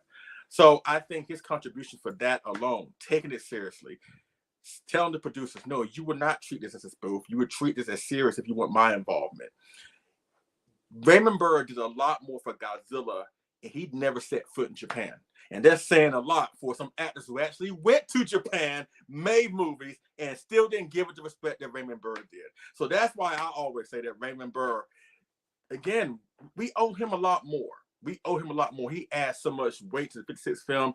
He adds so much weight and legitimacy to 85 film. Again, more so behind the camera. But that speech at the end, like what Kyle said, basically set the tone for the Heisei series. And when you hear that speech and you go back and rewind that film, and you see everything that Godzilla does in this movie. Yes, he destroys a city. Yes, he kills military people. Yes, he does a lot of awful things. But honestly, a lot of things he does is in retaliation of stuff that's done to him first. Let's just be honest. This is not the demon Godzilla from 54 where he's trying to find people to kill. To me, even though Godzilla is the antagonist in this film, I was argued that villain is a strong word to describe this Godzilla. To me, this Godzilla is a wandering animal trying to figure out his place in the world. And wherever he goes, he is met with people trying to kill him, trying to stop him, and he's going to retaliate the way he knows how. You know what I'm saying? So in a way, even though this film was designed to get away from the savior of the Earth Godzilla that a lot of people tend to latch on to, this Godzilla basically killed 2 birds with 1 stone. They gave us a Godzilla. They brought him back to his holocaustic roots, his dangerous roots, but you still end up rooting for him at the end. I think they hit the best of both worlds with this movie and how they handled Godzilla. You know what I'm saying? But again, Raymond Burr, he did an awesome job with his contribution, and I hope through this discussion, hopefully we'll get more fans on board to give him the credit he deserves, because that's exactly what he deserves. He deserves a lot more credit than he does get. All right, we got 2 more questions, then that'll be it. Right off the bat, real fast. what is your favorite moment? At least one of your favorite moments from this movie. It could be a scene, it could be a still shot. It doesn't matter. There's plenty to choose from. But what is your favorite moment from 84 or Godzilla 1985? Jonathan, go. Oh, favorite moment. Can't do plural, I guess. So, well, it could be for either film, really. No, it's definitely going to be for 85. That's for sure. It's definitely going to be 85. Now, when I was a kid watching this, I always loved the evacuation scene. The way it's presented. Now, it's interesting in that evacuation scene, the way it's edited. They take shots from that happened later on in the evacuation, and they insert them into the initial evacuation to make it more intense and make it more frenetic. Right. It's very smart as an editing choice to kind of jumble things around like that and make it cohesive. I love the music choice. Again, I'm saying this right now. Christopher Young's music from DEFCON 4 fits perfectly in that moment. It fits well with Jiro Kuroku's music in that scene to make it seem like the consequences, the stakes are higher. Like everyone's trying to get away. And they're trying to set up to defend, Tokyo Bay, and Godzilla's. It's like the ticking clock situation. He's on the way, and we don't know when he's going to pop up. We got to get ready. I think it's more powerful in 84, but that's not what we're really talking about here. It's just my favorite moment with everything that happens with the editing, the way it's presented, and the music. That I could watch that moment over and over again. It just always affected me. I could name a lot of other moments that are favorites of mine because there's so many, but that one to me always sticks out as a top moment. Kyle. Yes. Okay. Gentlemen, I think my favorite moment from this film is actually his official appearance in the film, which is yes. When Godzilla attacks the nuclear power plant. There's so much goodness in that. You basically get a POV shot from Godzilla coming through the fog, seeing the nuclear power plant, and it may not hold up as well as some of the later films' effects do, but still, at that time, watching the movie in 87 when I saw it, that moment of that movie, basically, I have chills right now thinking about that. I love the little piano hit at the beginning, and like him coming through the fog, the security guy coming outside, and basically the ground cracking at his feet, and then he looks up and staggers back, and like Godzilla is right there.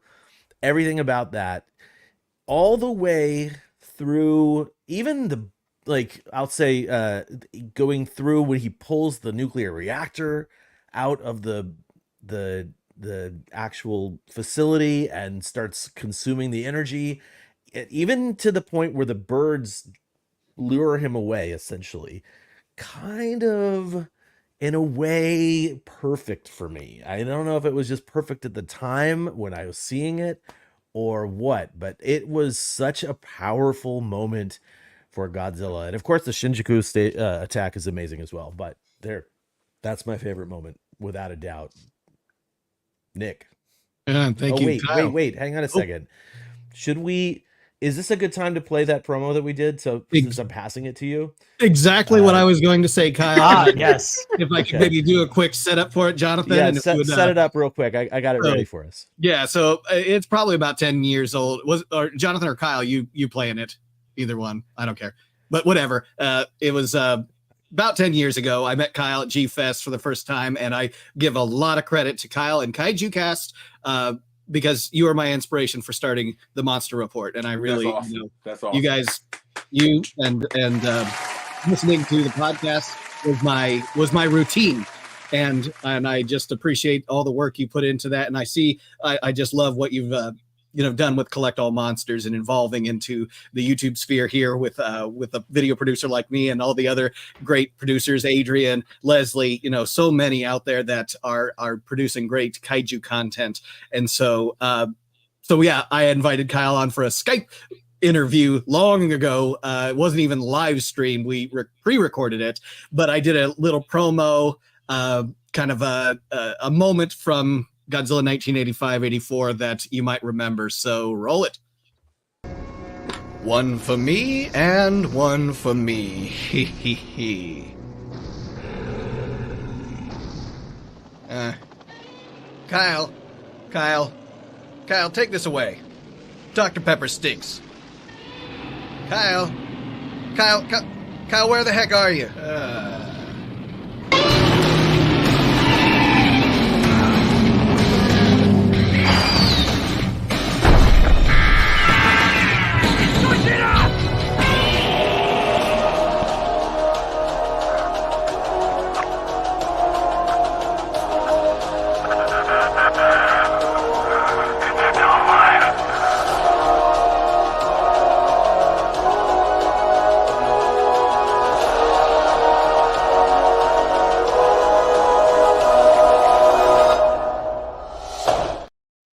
All right, thank you so much.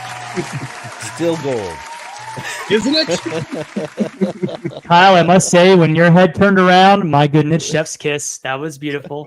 Beautiful. That might be my favorite moment in the movie. I think I've switched. I think that might be my favorite moment. Yes. Same. The drunk, the drunk homeless man. In fact, I just I always try to put the birthdays and death anniversaries and things like that on my shorts channel. And so, yeah, that actor who's, I guess, a singer in Japan, he's not really known for acting or even, I don't think he's been in any other Godzilla films, but I guess he's somewhat of a, celebrity of some sorts in the music scene there. He just had a birthday. He's still alive today even. So kind of cool. But yeah, that was a fun little moment. And if you see my Cybot review, I do a little skit with my son because it's delayed delivery and all, so we had to do a little skit from 85. Just check it out. All the Godzilla fans will appreciate it. But yeah, it's right off the beginning. But yeah, there's so much about it, and yeah, your guys' scenes, your moments that you've mentioned. Obviously, the action is amazing. The special effects and the action with the jets fighting Godzilla. But yeah, and that Cybot close-ups of the lips curling and seeing just the teeth and the the inner mouth and all of that, the workings of it, the eyeballs, doing all that it does, that intricate Cybot, which came years before we got Jurassic Park and the animatronics that went into that with the great Stan Winston Studios. They're doing this over in Japan and making this creature come to life with that. So just about every shot of that I really appreciate. But if I had to, pick the one, I really love when he's actually on his way to Oshima Island. I think that's, that moment and that almost look of sadness that he turns his head and he's walking out of Tokyo and you hear that music and it's almost like he's lowering his head, like he knows what's about to happen. And he has this instinctual drive or need to head to the crater. And then there's even a long shot that is set up in a way, and it's done with a suit, not the Cybot, obviously, where he's roaring as he's walking, and as he's walking on the island, the camera seems like it's shaking. Yeah. Yes, yeah. It's like it's on the island, and the physical island itself is shaking under the weight of the giant monster. And I'm just like, that shot is brilliant. It just that little subtle shake that they put in there makes that work. And then the build up with the music up to the point of him leaping into the volcano. And I'll say this one more, kind of just moment that stands out. As he's jumping in, there's not just the scream that you hear in the 85 version, but the shadow that he casts along the inner rim of the volcano there. And it's just, that's the last moment you're actually seeing him before he, has the big plunge there. And so, yeah, those little moments there as it's leading up to the speech, sometimes it's in the buildup of things too. And so I think that this film has a ton of those little build-up moments, but that's the one I really, find myself drawn to and repeating in my head over and over again. So yeah, there he is. There you go. And thanks for playing that, guys. That was fun. That was a lot of good memories. Adrian.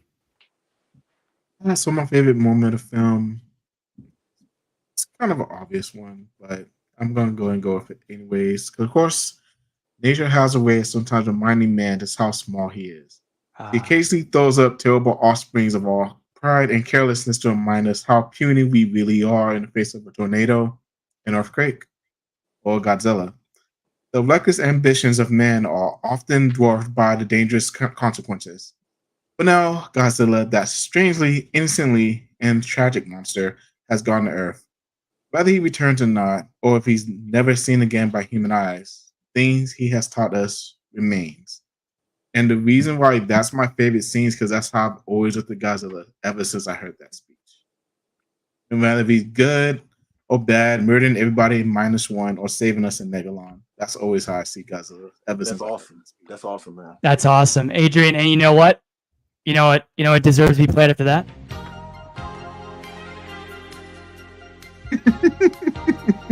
In such a somber moment, how could you do wrong?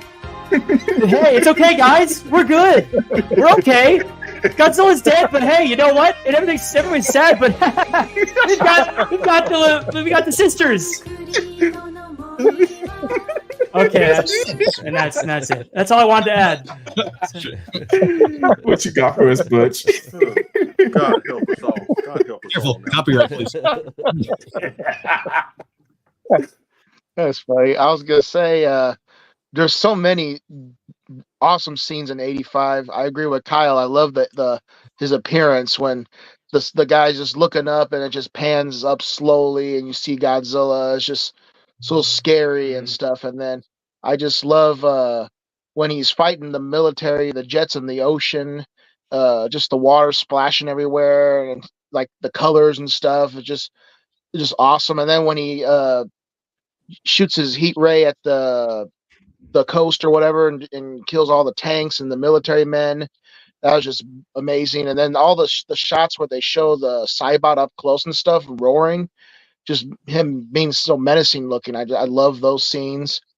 And of course, probably one of my favorite fights, I think I would say, like in a lot of Godzilla movies, probably be him fighting the Super X. I mean, that's unique when him fighting, one of the vehicles, and I think that's probably one of my favorite fights, especially when it comes to Super X 1 and 2.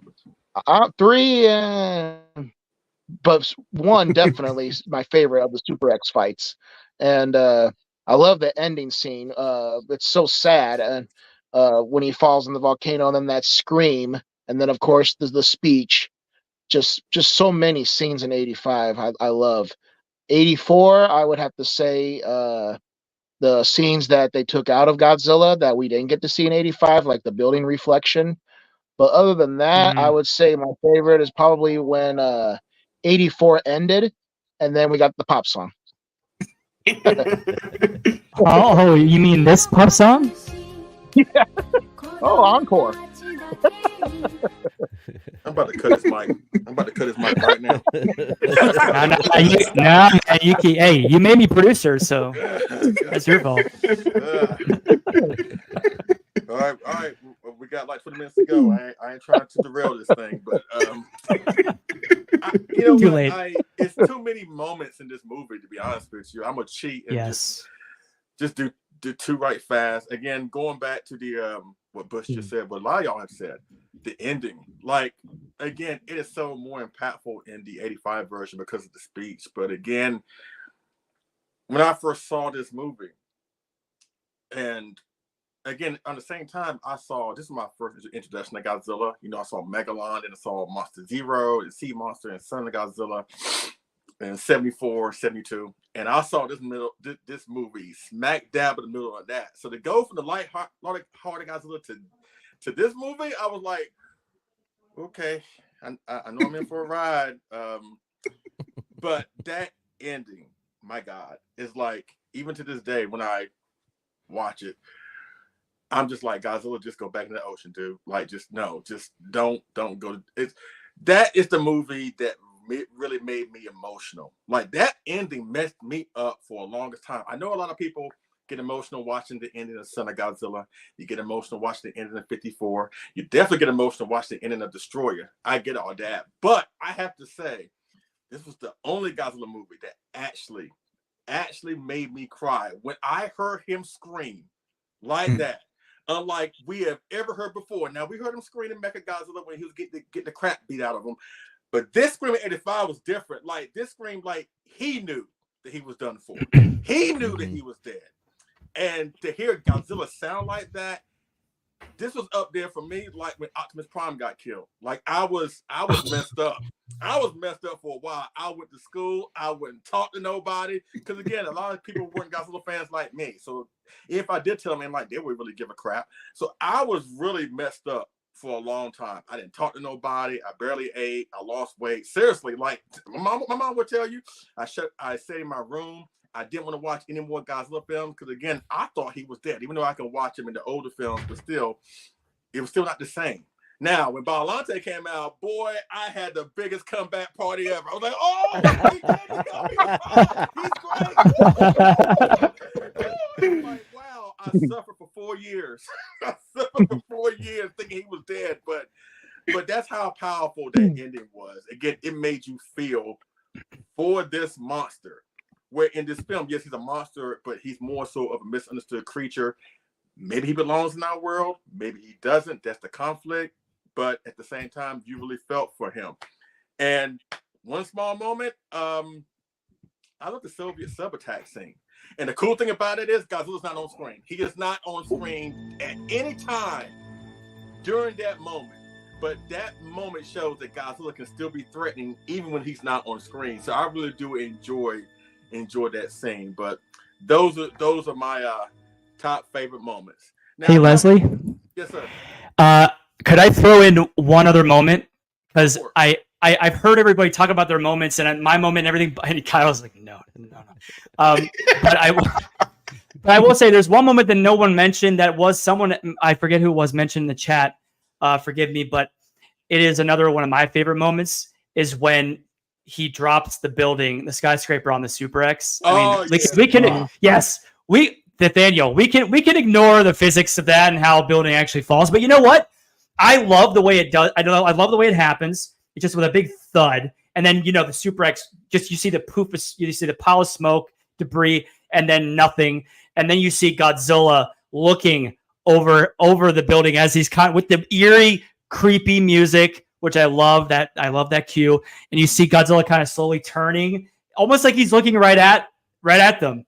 And he with those eyes and with the red light over him shining with the fire in the background, he's just like roars at like low growl, like he's about to stalk them, which essentially he does do in a way. So that's another moment that always sticks with me when I think of this movie. I would actually say like that's like one small moment that the Japanese version has over the American version. I think that the Japanese version sets up that revenge smash a little bit better, yes, you can see 100%. him coming up to the building and you're like, oh, he's gonna push that building over on those guys. Yeah, that's true. Yeah. They do kind of go really quickly through it in 85, but man, in 85, when he comes out, he gets back, the lightning resurrects him. It's like Godzilla's alive, he's chasing the Super X. You see that long you see that tracking shot around that swoops around Raymond Burr as he's like, see, I told you. And then you see Godzilla going after the Super X for the second battle. That was another great moment. Anyway, okay, I'm sorry, I'm done. No, you're good. So again, 2 more things, that'll be it. But again, just to collect all monsters, and of course, all of us have some great collectibles from this movie, and we want to showcase y'all 3 of our favorite collectibles. May not be our most favorite, but there are favorites to us.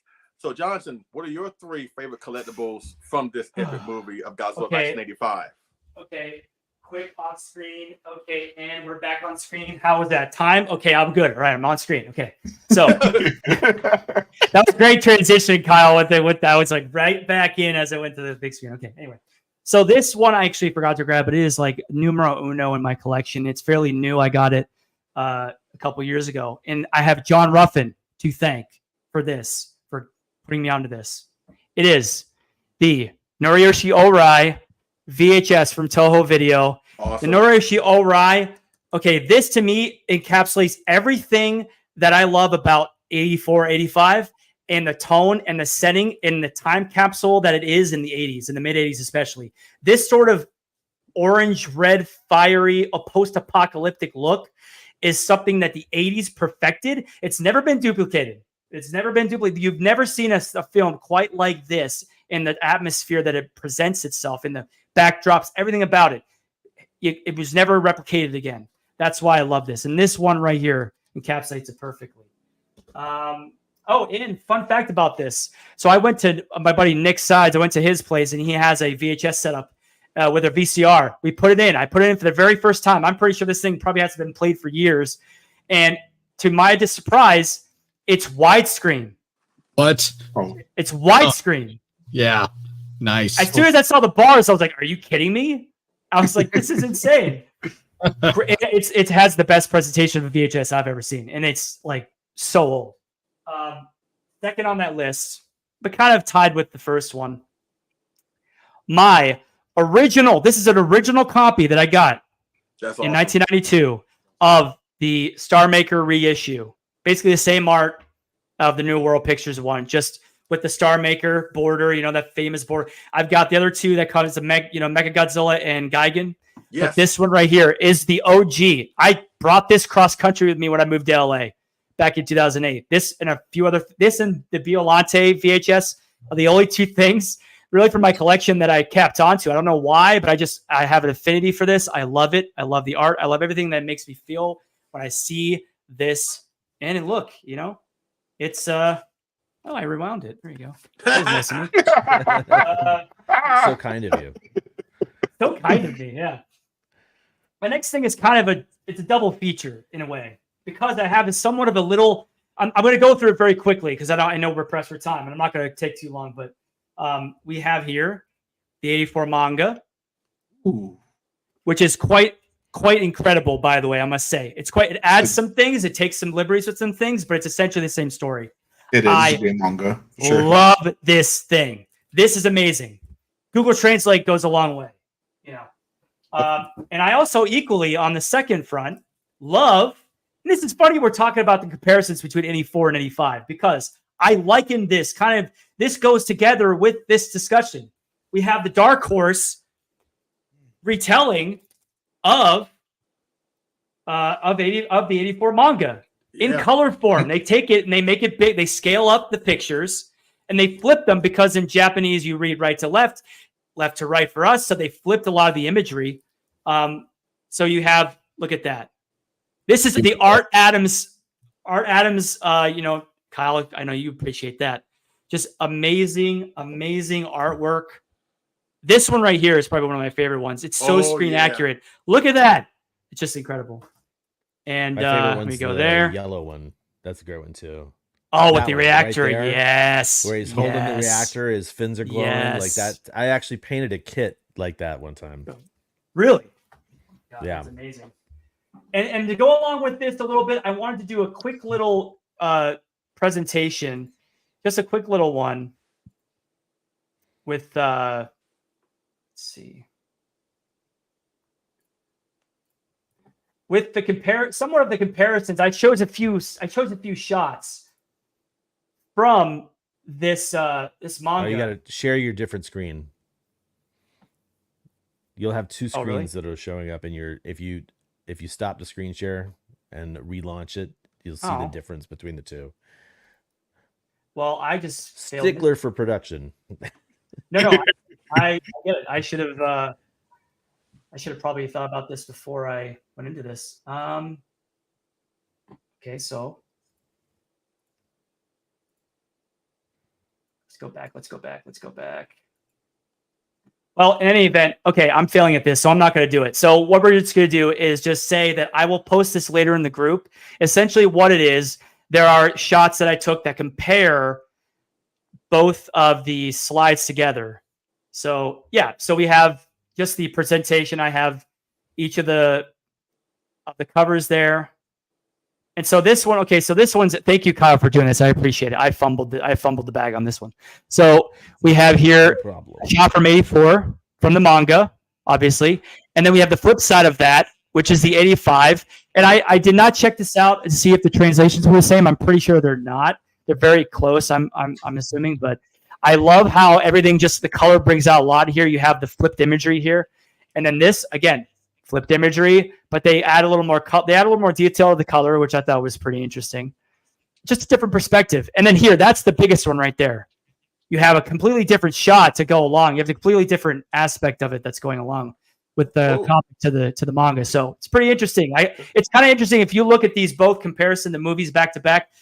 The comic does somewhat of a similar thing, and this is a unique thing because you don't see that nowadays. You don't see. There aren't a lot of companies, comic book companies, that will take, especially like Dark Horse, that will take a manga and will adapt it for an American palette. Like, it's very rare. So I love that Dark Horse did that and shows like kind of a labor of love to it's a very unique thing. I don't think they did any of that to the other ones.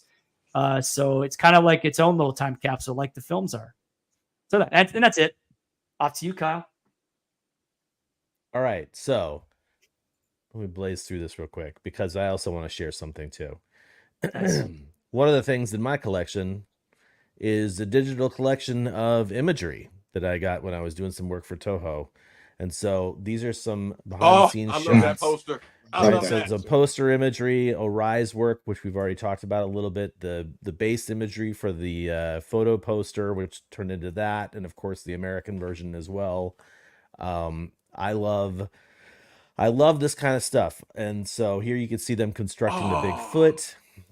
Here's somebody wearing the I think it's Ogawa Studios mask of Godzilla 64 to show the sort of like pre-productioning. Oh wow, Roxy just busted in here. Of Godzilla up in Shinjuku. Here's him and their press presentation of the 84 Godzilla Saibot. Satsuma mugging for the camera. Love it. Them making the buildings. Wow. There's Tomiyuki Tanaka in the center there with the script, I think, or the designs for Man, I would have stole that. 84. Right? Here's Satsuma in the suit with his. You can see that's his oxygen mask that he's got that he wore to help him breathe in that suit. Teruyushi Nakano doing his directing of special effects. His best work here, in my opinion. More behind the scenes stuff. I love this shot of the two guys setting up the nuclear missile in orbit. Love it. Here's another of the Saibot in action for behind the scenes stuff. More Nakano. There's Kumiyama. the director. There's Kumiyama right there. Yeah. And I was going to say, actually, take all your money. One of the things about this movie that I think establishes a good trend in the Heisei or the Versus series is it brings back Showa era actors like Yosuke Natsuki and Yoshifumi Tajima and Hiroshi Koizumi. Yes. And because I did put this in here too, you guys know who that is with the Pentax camera? That is Shinpei Hayashiya. Oh, really? That who did Gamera 4. He is in a very, very small role in this movie. And he shows up they cut him out of the 85 film. So if you're watching the 84 film, he's one of the fellow reporters that is sort of either working with or against Goro Maki. And so I just thought I'd show that off real quick. They sort of gave him that role because he was such a super fan back in the 80s.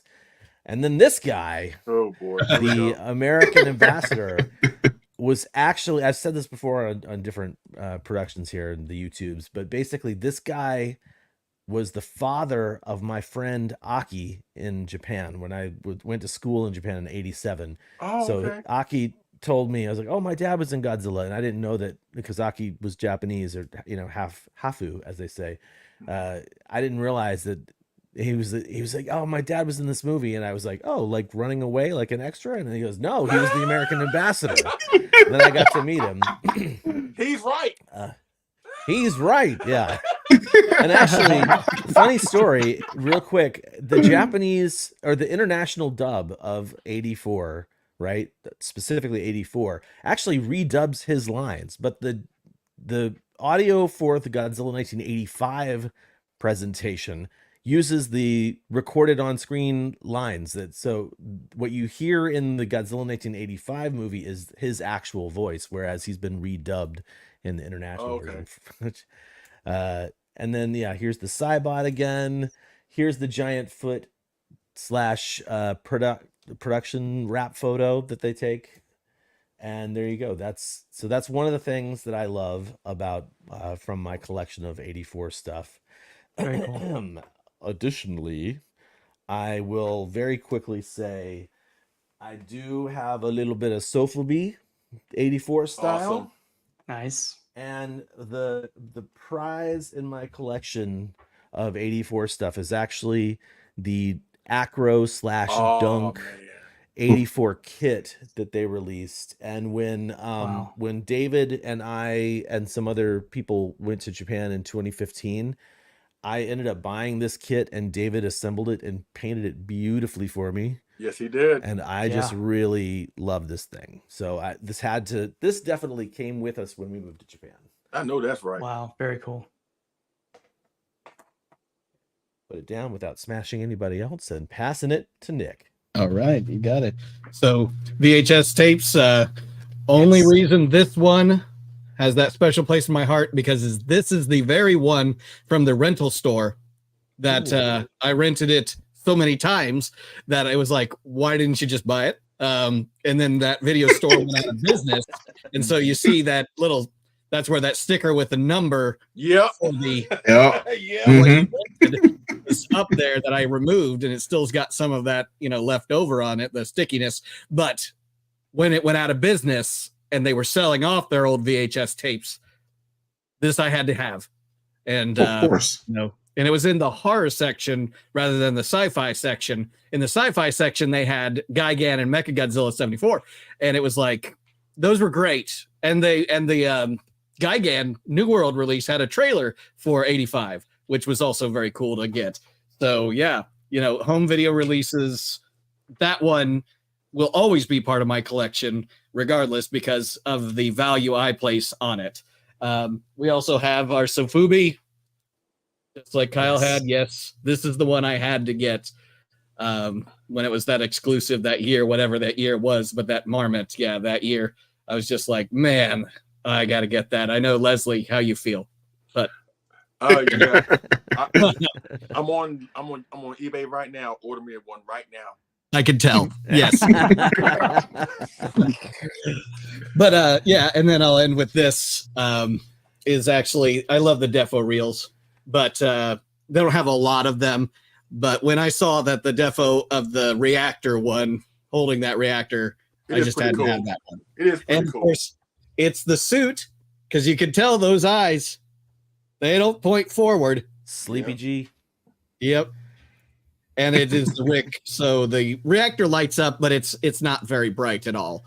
It's really got to be dark to see the glow of that reactor. But still love that. That head sculpt is perfect, though. I know it's I big. love that. That head sculpt is perfect. Yeah, that's great. Yeah, Adrian. So as we were complaining about non-official releases of 1985, I have this version of 1985 on Blu-ray. I'm going to pull up my sources, but this does actually look absolutely amazing. This looks incredible. This is the best I've ever seen this movie. So this is the price for this. I love this thing. I have no regrets getting this. But yes, when they do officially come with a version of it, I will be buying that too, because why not? And of course, the newly released Cybots 1984 Godzilla.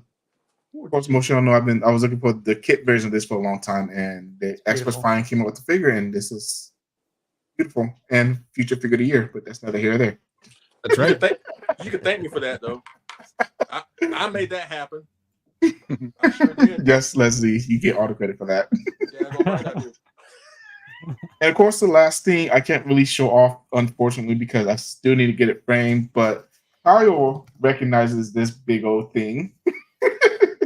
So this is actually the gigantic version of this artwork.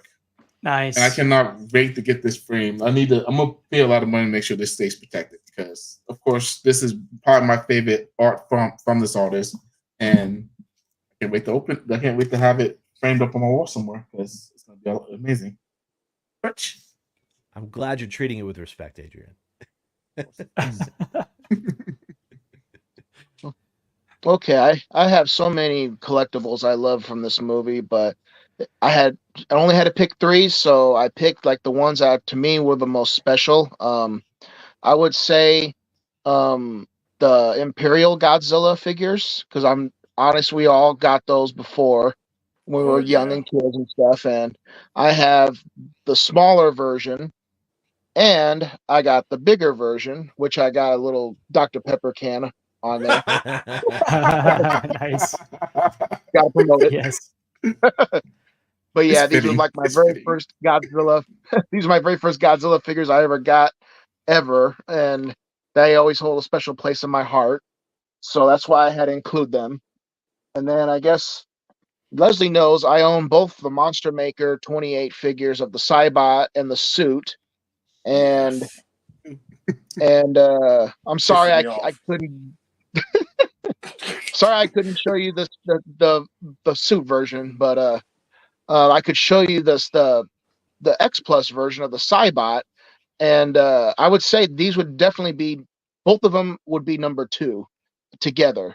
But since I have the X Plus version right now, as Leslie knows in our chats, I was more excited for the Rick feature than the X Plus Cybot because I've always wanted this ugly bug, and Yes. because I got the original X Plus, and I always wanted the Sea Louse or the Shockurus to go with it, but obviously it's very, very, very rare. But when I saw the Cybot was releasing and they were coming out with the Shockurus, I thought, oh wow, that's so amazing. That's like a holy grail right there. And I would say my last one, which would probably be my number one, is probably my very first. Cause probably because my very first X Plus figure is the original '84 30 centimeter figure, and this is what got me into the X Plus collecting. Um, before I started collecting X Plus, I just collected Bandai, and when I first heard of X Plus on the internet, I thought to myself, this is ridiculous. Why would anybody spend $100 or $200 on a figure? Because that's how I was back then. Or more. But yeah, now I own over 100 of those X Pluses, but but back then I was just like that.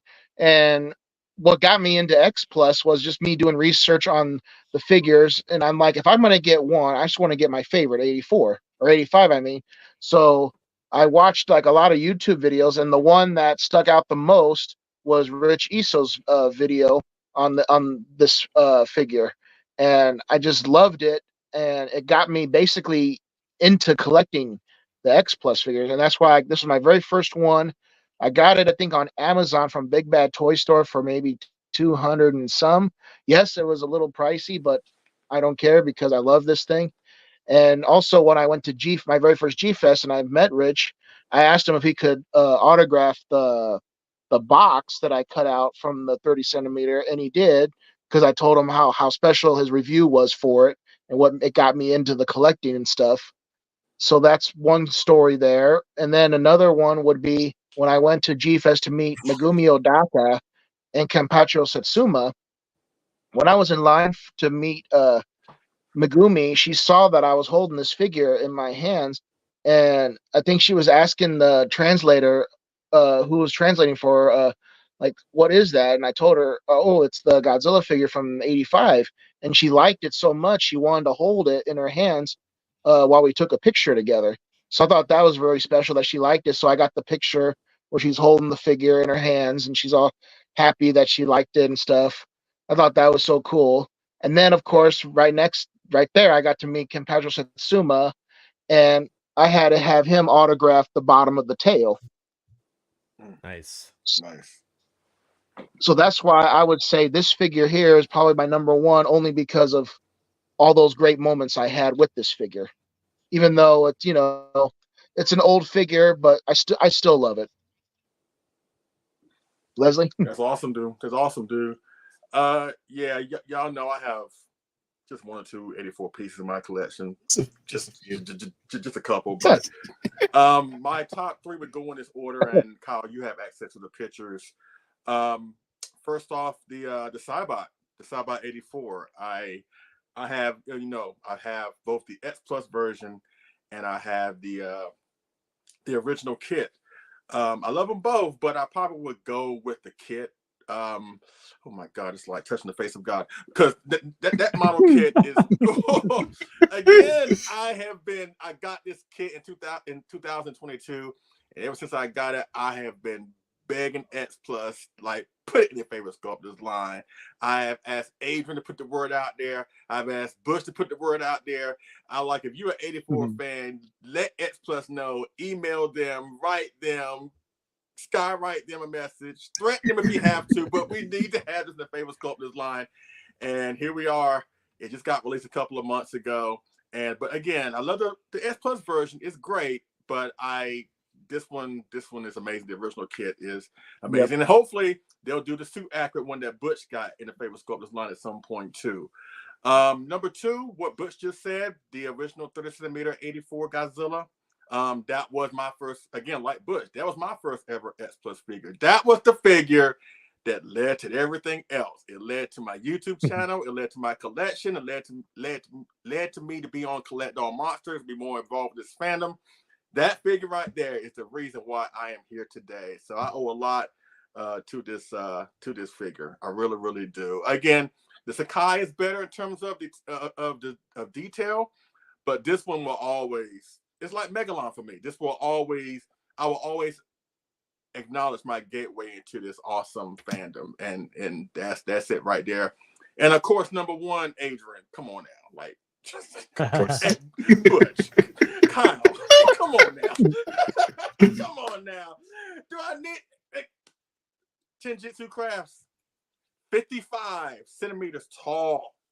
55. That is what? 23 inches tall of the 84 Godzilla, the biggest collectible of Godzilla himself from this movie. Yes, again, thank you to Kyle and thank you to Marcellus Winters for making this happen for me. You know what I'm saying? Again, the only gigantic we have in existence of the 84. Now I know Spiral Studios is making one. Again, S Plus, if you're listening, we need a gigantic 84, you know. We don't have too many gigantic 84s, but yeah, this one right here, that is, again, it's like, again, when I come to my room, like, he's the first thing that I go to.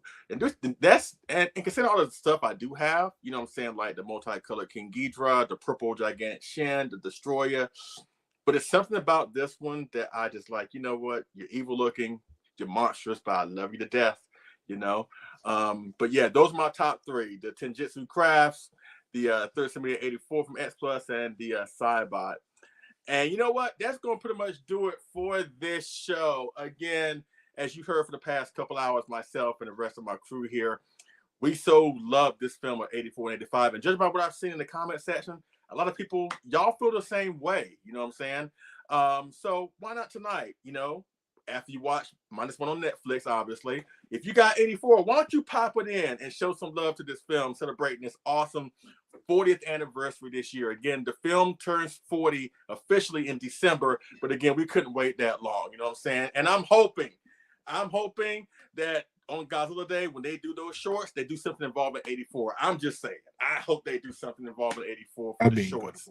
You know, but again, as you heard from us, we enjoy this movie, both versions, as a matter of fact. And again, it's nice to see a lot of people feel the same way. You know what I'm saying? So I want to give a huge shout out and thank you to Jonathan Portman, Kyle Yount, Adrian Settle, Nick Adam, or Nicholas Poling, excuse me, and of course, Butch Bollinger Brutezilla for being here. Thank you so much. I asked y'all to come, and you say, you know what? I'm going to be there. And y'all have came through for me with flying colors and gave us a wonderful discussion. Thank you so much. for everything that you've done this evening. Jonathan for producing, Kyle for producing that awesome video that you brought back, Nick, with Kyle wearing that onesie for some reason, but thank you so much for doing that. Really do appreciate it. So before we go, let's go around the room and plug wherever you want to plug. Jonathan, you up first, bro? I just say keep in the groups, keep posting the groups in our Collect All Monsters Monster Collectors Facebook group. We love to see all the posts in there. Also, keep on the lookout for our next live stream, our next monthly live stream, which is going to be in this month. Yeah, it's going to be June 15th, 3 p.m. PST, 6 p.m. EST, usual time. But that's about it. Yeah. Yeah, I don't have anything to plug except this show. Yeah, Collect All Monsters. Yeah, come back and join us for our next episode on the 15th. We always have a good time doing these live streams with you guys. I love doing the supplementals as well. You're never going to twist my arm too hard to get on and talk about a Godzilla movie I love. So we've got tons of stuff coming up. In fact, I know, like Jonathan said, and I'm not overstepping here, but we've got a lot of stuff that's been shot from events. I know I specifically have been to many events here in Japan that have barely made a blip on the show. So hopefully we'll be seeing some of those events in a video format on the channel. So make sure, if you are not already doing so, make sure that you like and subscribe to the Collect All Monsters channel, as well as these other fine fellows channels, because man, it's so much fun to talk about Godzilla stuff with all you guys, including these wicked collectibles. Nick. All right. Again, thank you for having me on the show and for my premiere episode. It's been a long time coming, so I'm so glad that it was on Godzilla 1985-84, because that was the perfect way to bring me in here. And, I'm surprised you got me to shut up about it, because I could talk probably for the 2 hours by myself on this film.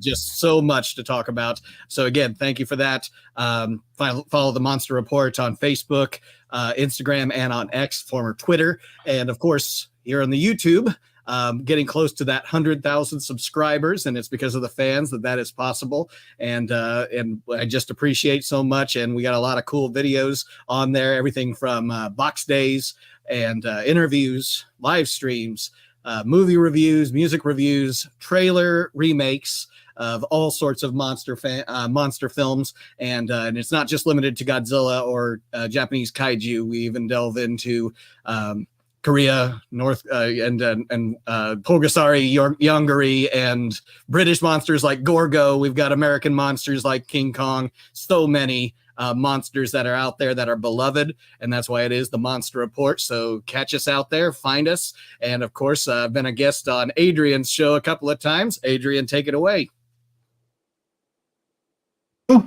We got quite a bit going on, actually. For me, myself, I actually just posted my review on the W Dragon 2004 Godzilla. That was a pretty fun review to do. And as Leslie mentioned earlier, we do have a giveaway tomorrow at 5:30 p.m. Central Time Zone. Basically, this way to say thank you to all of our fans and subscribers. We just reached 500 subscribers about a month ago, and honestly, we surpassed that too. So we just want to show our way of appreciating y'all and everything. And of course, our next monthly show is going to be on the 22nd of June, where we're going to be discussing Godzilla, the animated series. Which, I mean, we may feel a certain way about 98, but the animated series, we have no complaints about. So that's definitely going to be a fun show. And of course, we've been doing the Raw Attitude, where we've been interviewing a lot of wonderful guests. There's too many to name right now, so just subscribe to our YouTube channel and tune in. I just want to say thank you guys for having me on the show for my favorite Godzilla movie. Really appreciate it, and I had fun doing this. Not really much to say. Just, if you haven't heard already, Godzilla -1 is on streaming platforms. Netflix, go watch it. Show Toho we want it on physical media here in the US. 4K, Blu-ray, all that. And again, thank you to everybody for being here. You know, all my awesome guest hosts, all the people in the chat, really appreciate it. Again, you could have been anywhere else in the world, but you chose to be here with us, and we do appreciate it. We had a strong um, live viewer count up in the 30s, you know, so we really do appreciate it, especially again with Monsterpalooza and Wonderfest and Kaiju Brooklyn going on. We still had a great audience despite everything that's going on right now. So we really do appreciate you being here, supporting us here on Collect All Monsters. Again, our next episode, June 15th, which is Father's Day weekend. We haven't decided about what we're going to do, but, you know, I would like to think that maybe, because, again, David's at Monsterpalooza, John Ruffin is at Kaiju Brooklyn. So we may have some footage or some coverage involving those two events. We we haven't decided yet, but it's going to be a fun show. Looking beyond that, you know, I'm going to be at G-Fest, and I'm going to be there terrorizing folks and, you know, just doing what I do and stuff like that. So I'm, of course, going to wear this shirt. So, but yeah, we have so much to look forward to, so much to be thankful for. Again, Kaiju Brooklyn, Monsterpalooza, -1 finally on Netflix. The Monsterverse films is doing well. Monarch season 2 is coming real soon. Oh my God, Godzilla Day, it should be epic this year because this is Godzilla's 70th anniversary. You never know, we may get a new Godzilla film announcement on that day. All I know is that we gotta just sit back and relax, shut the hell up and enjoy the ride because we are in for an awesome ride. Yes. And we thank you so much for being here on this supplemental video where we cover how the legend was reborn in 1984, The Return of Godzilla, also known as 1985, Godzilla 1985. So again, thank you to Adrian, Brutezilla, Jonathan, Kyle, and Nick. We'll do appreciate it. Now, Kyle, if you don't mind, I can handle the outro, if you don't mind. I can put my little Ebonic spin on it, if you don't mind. But again, thank you so much. We do appreciate it. We'll see you on the next Collect All Monsters show. Man, until next time, our planet may be doomed, our Earth devastated, the monsters are in revolt, and civilization is in chaos. We must unite and collect all monsters. Have a good night, everybody. Woohoo!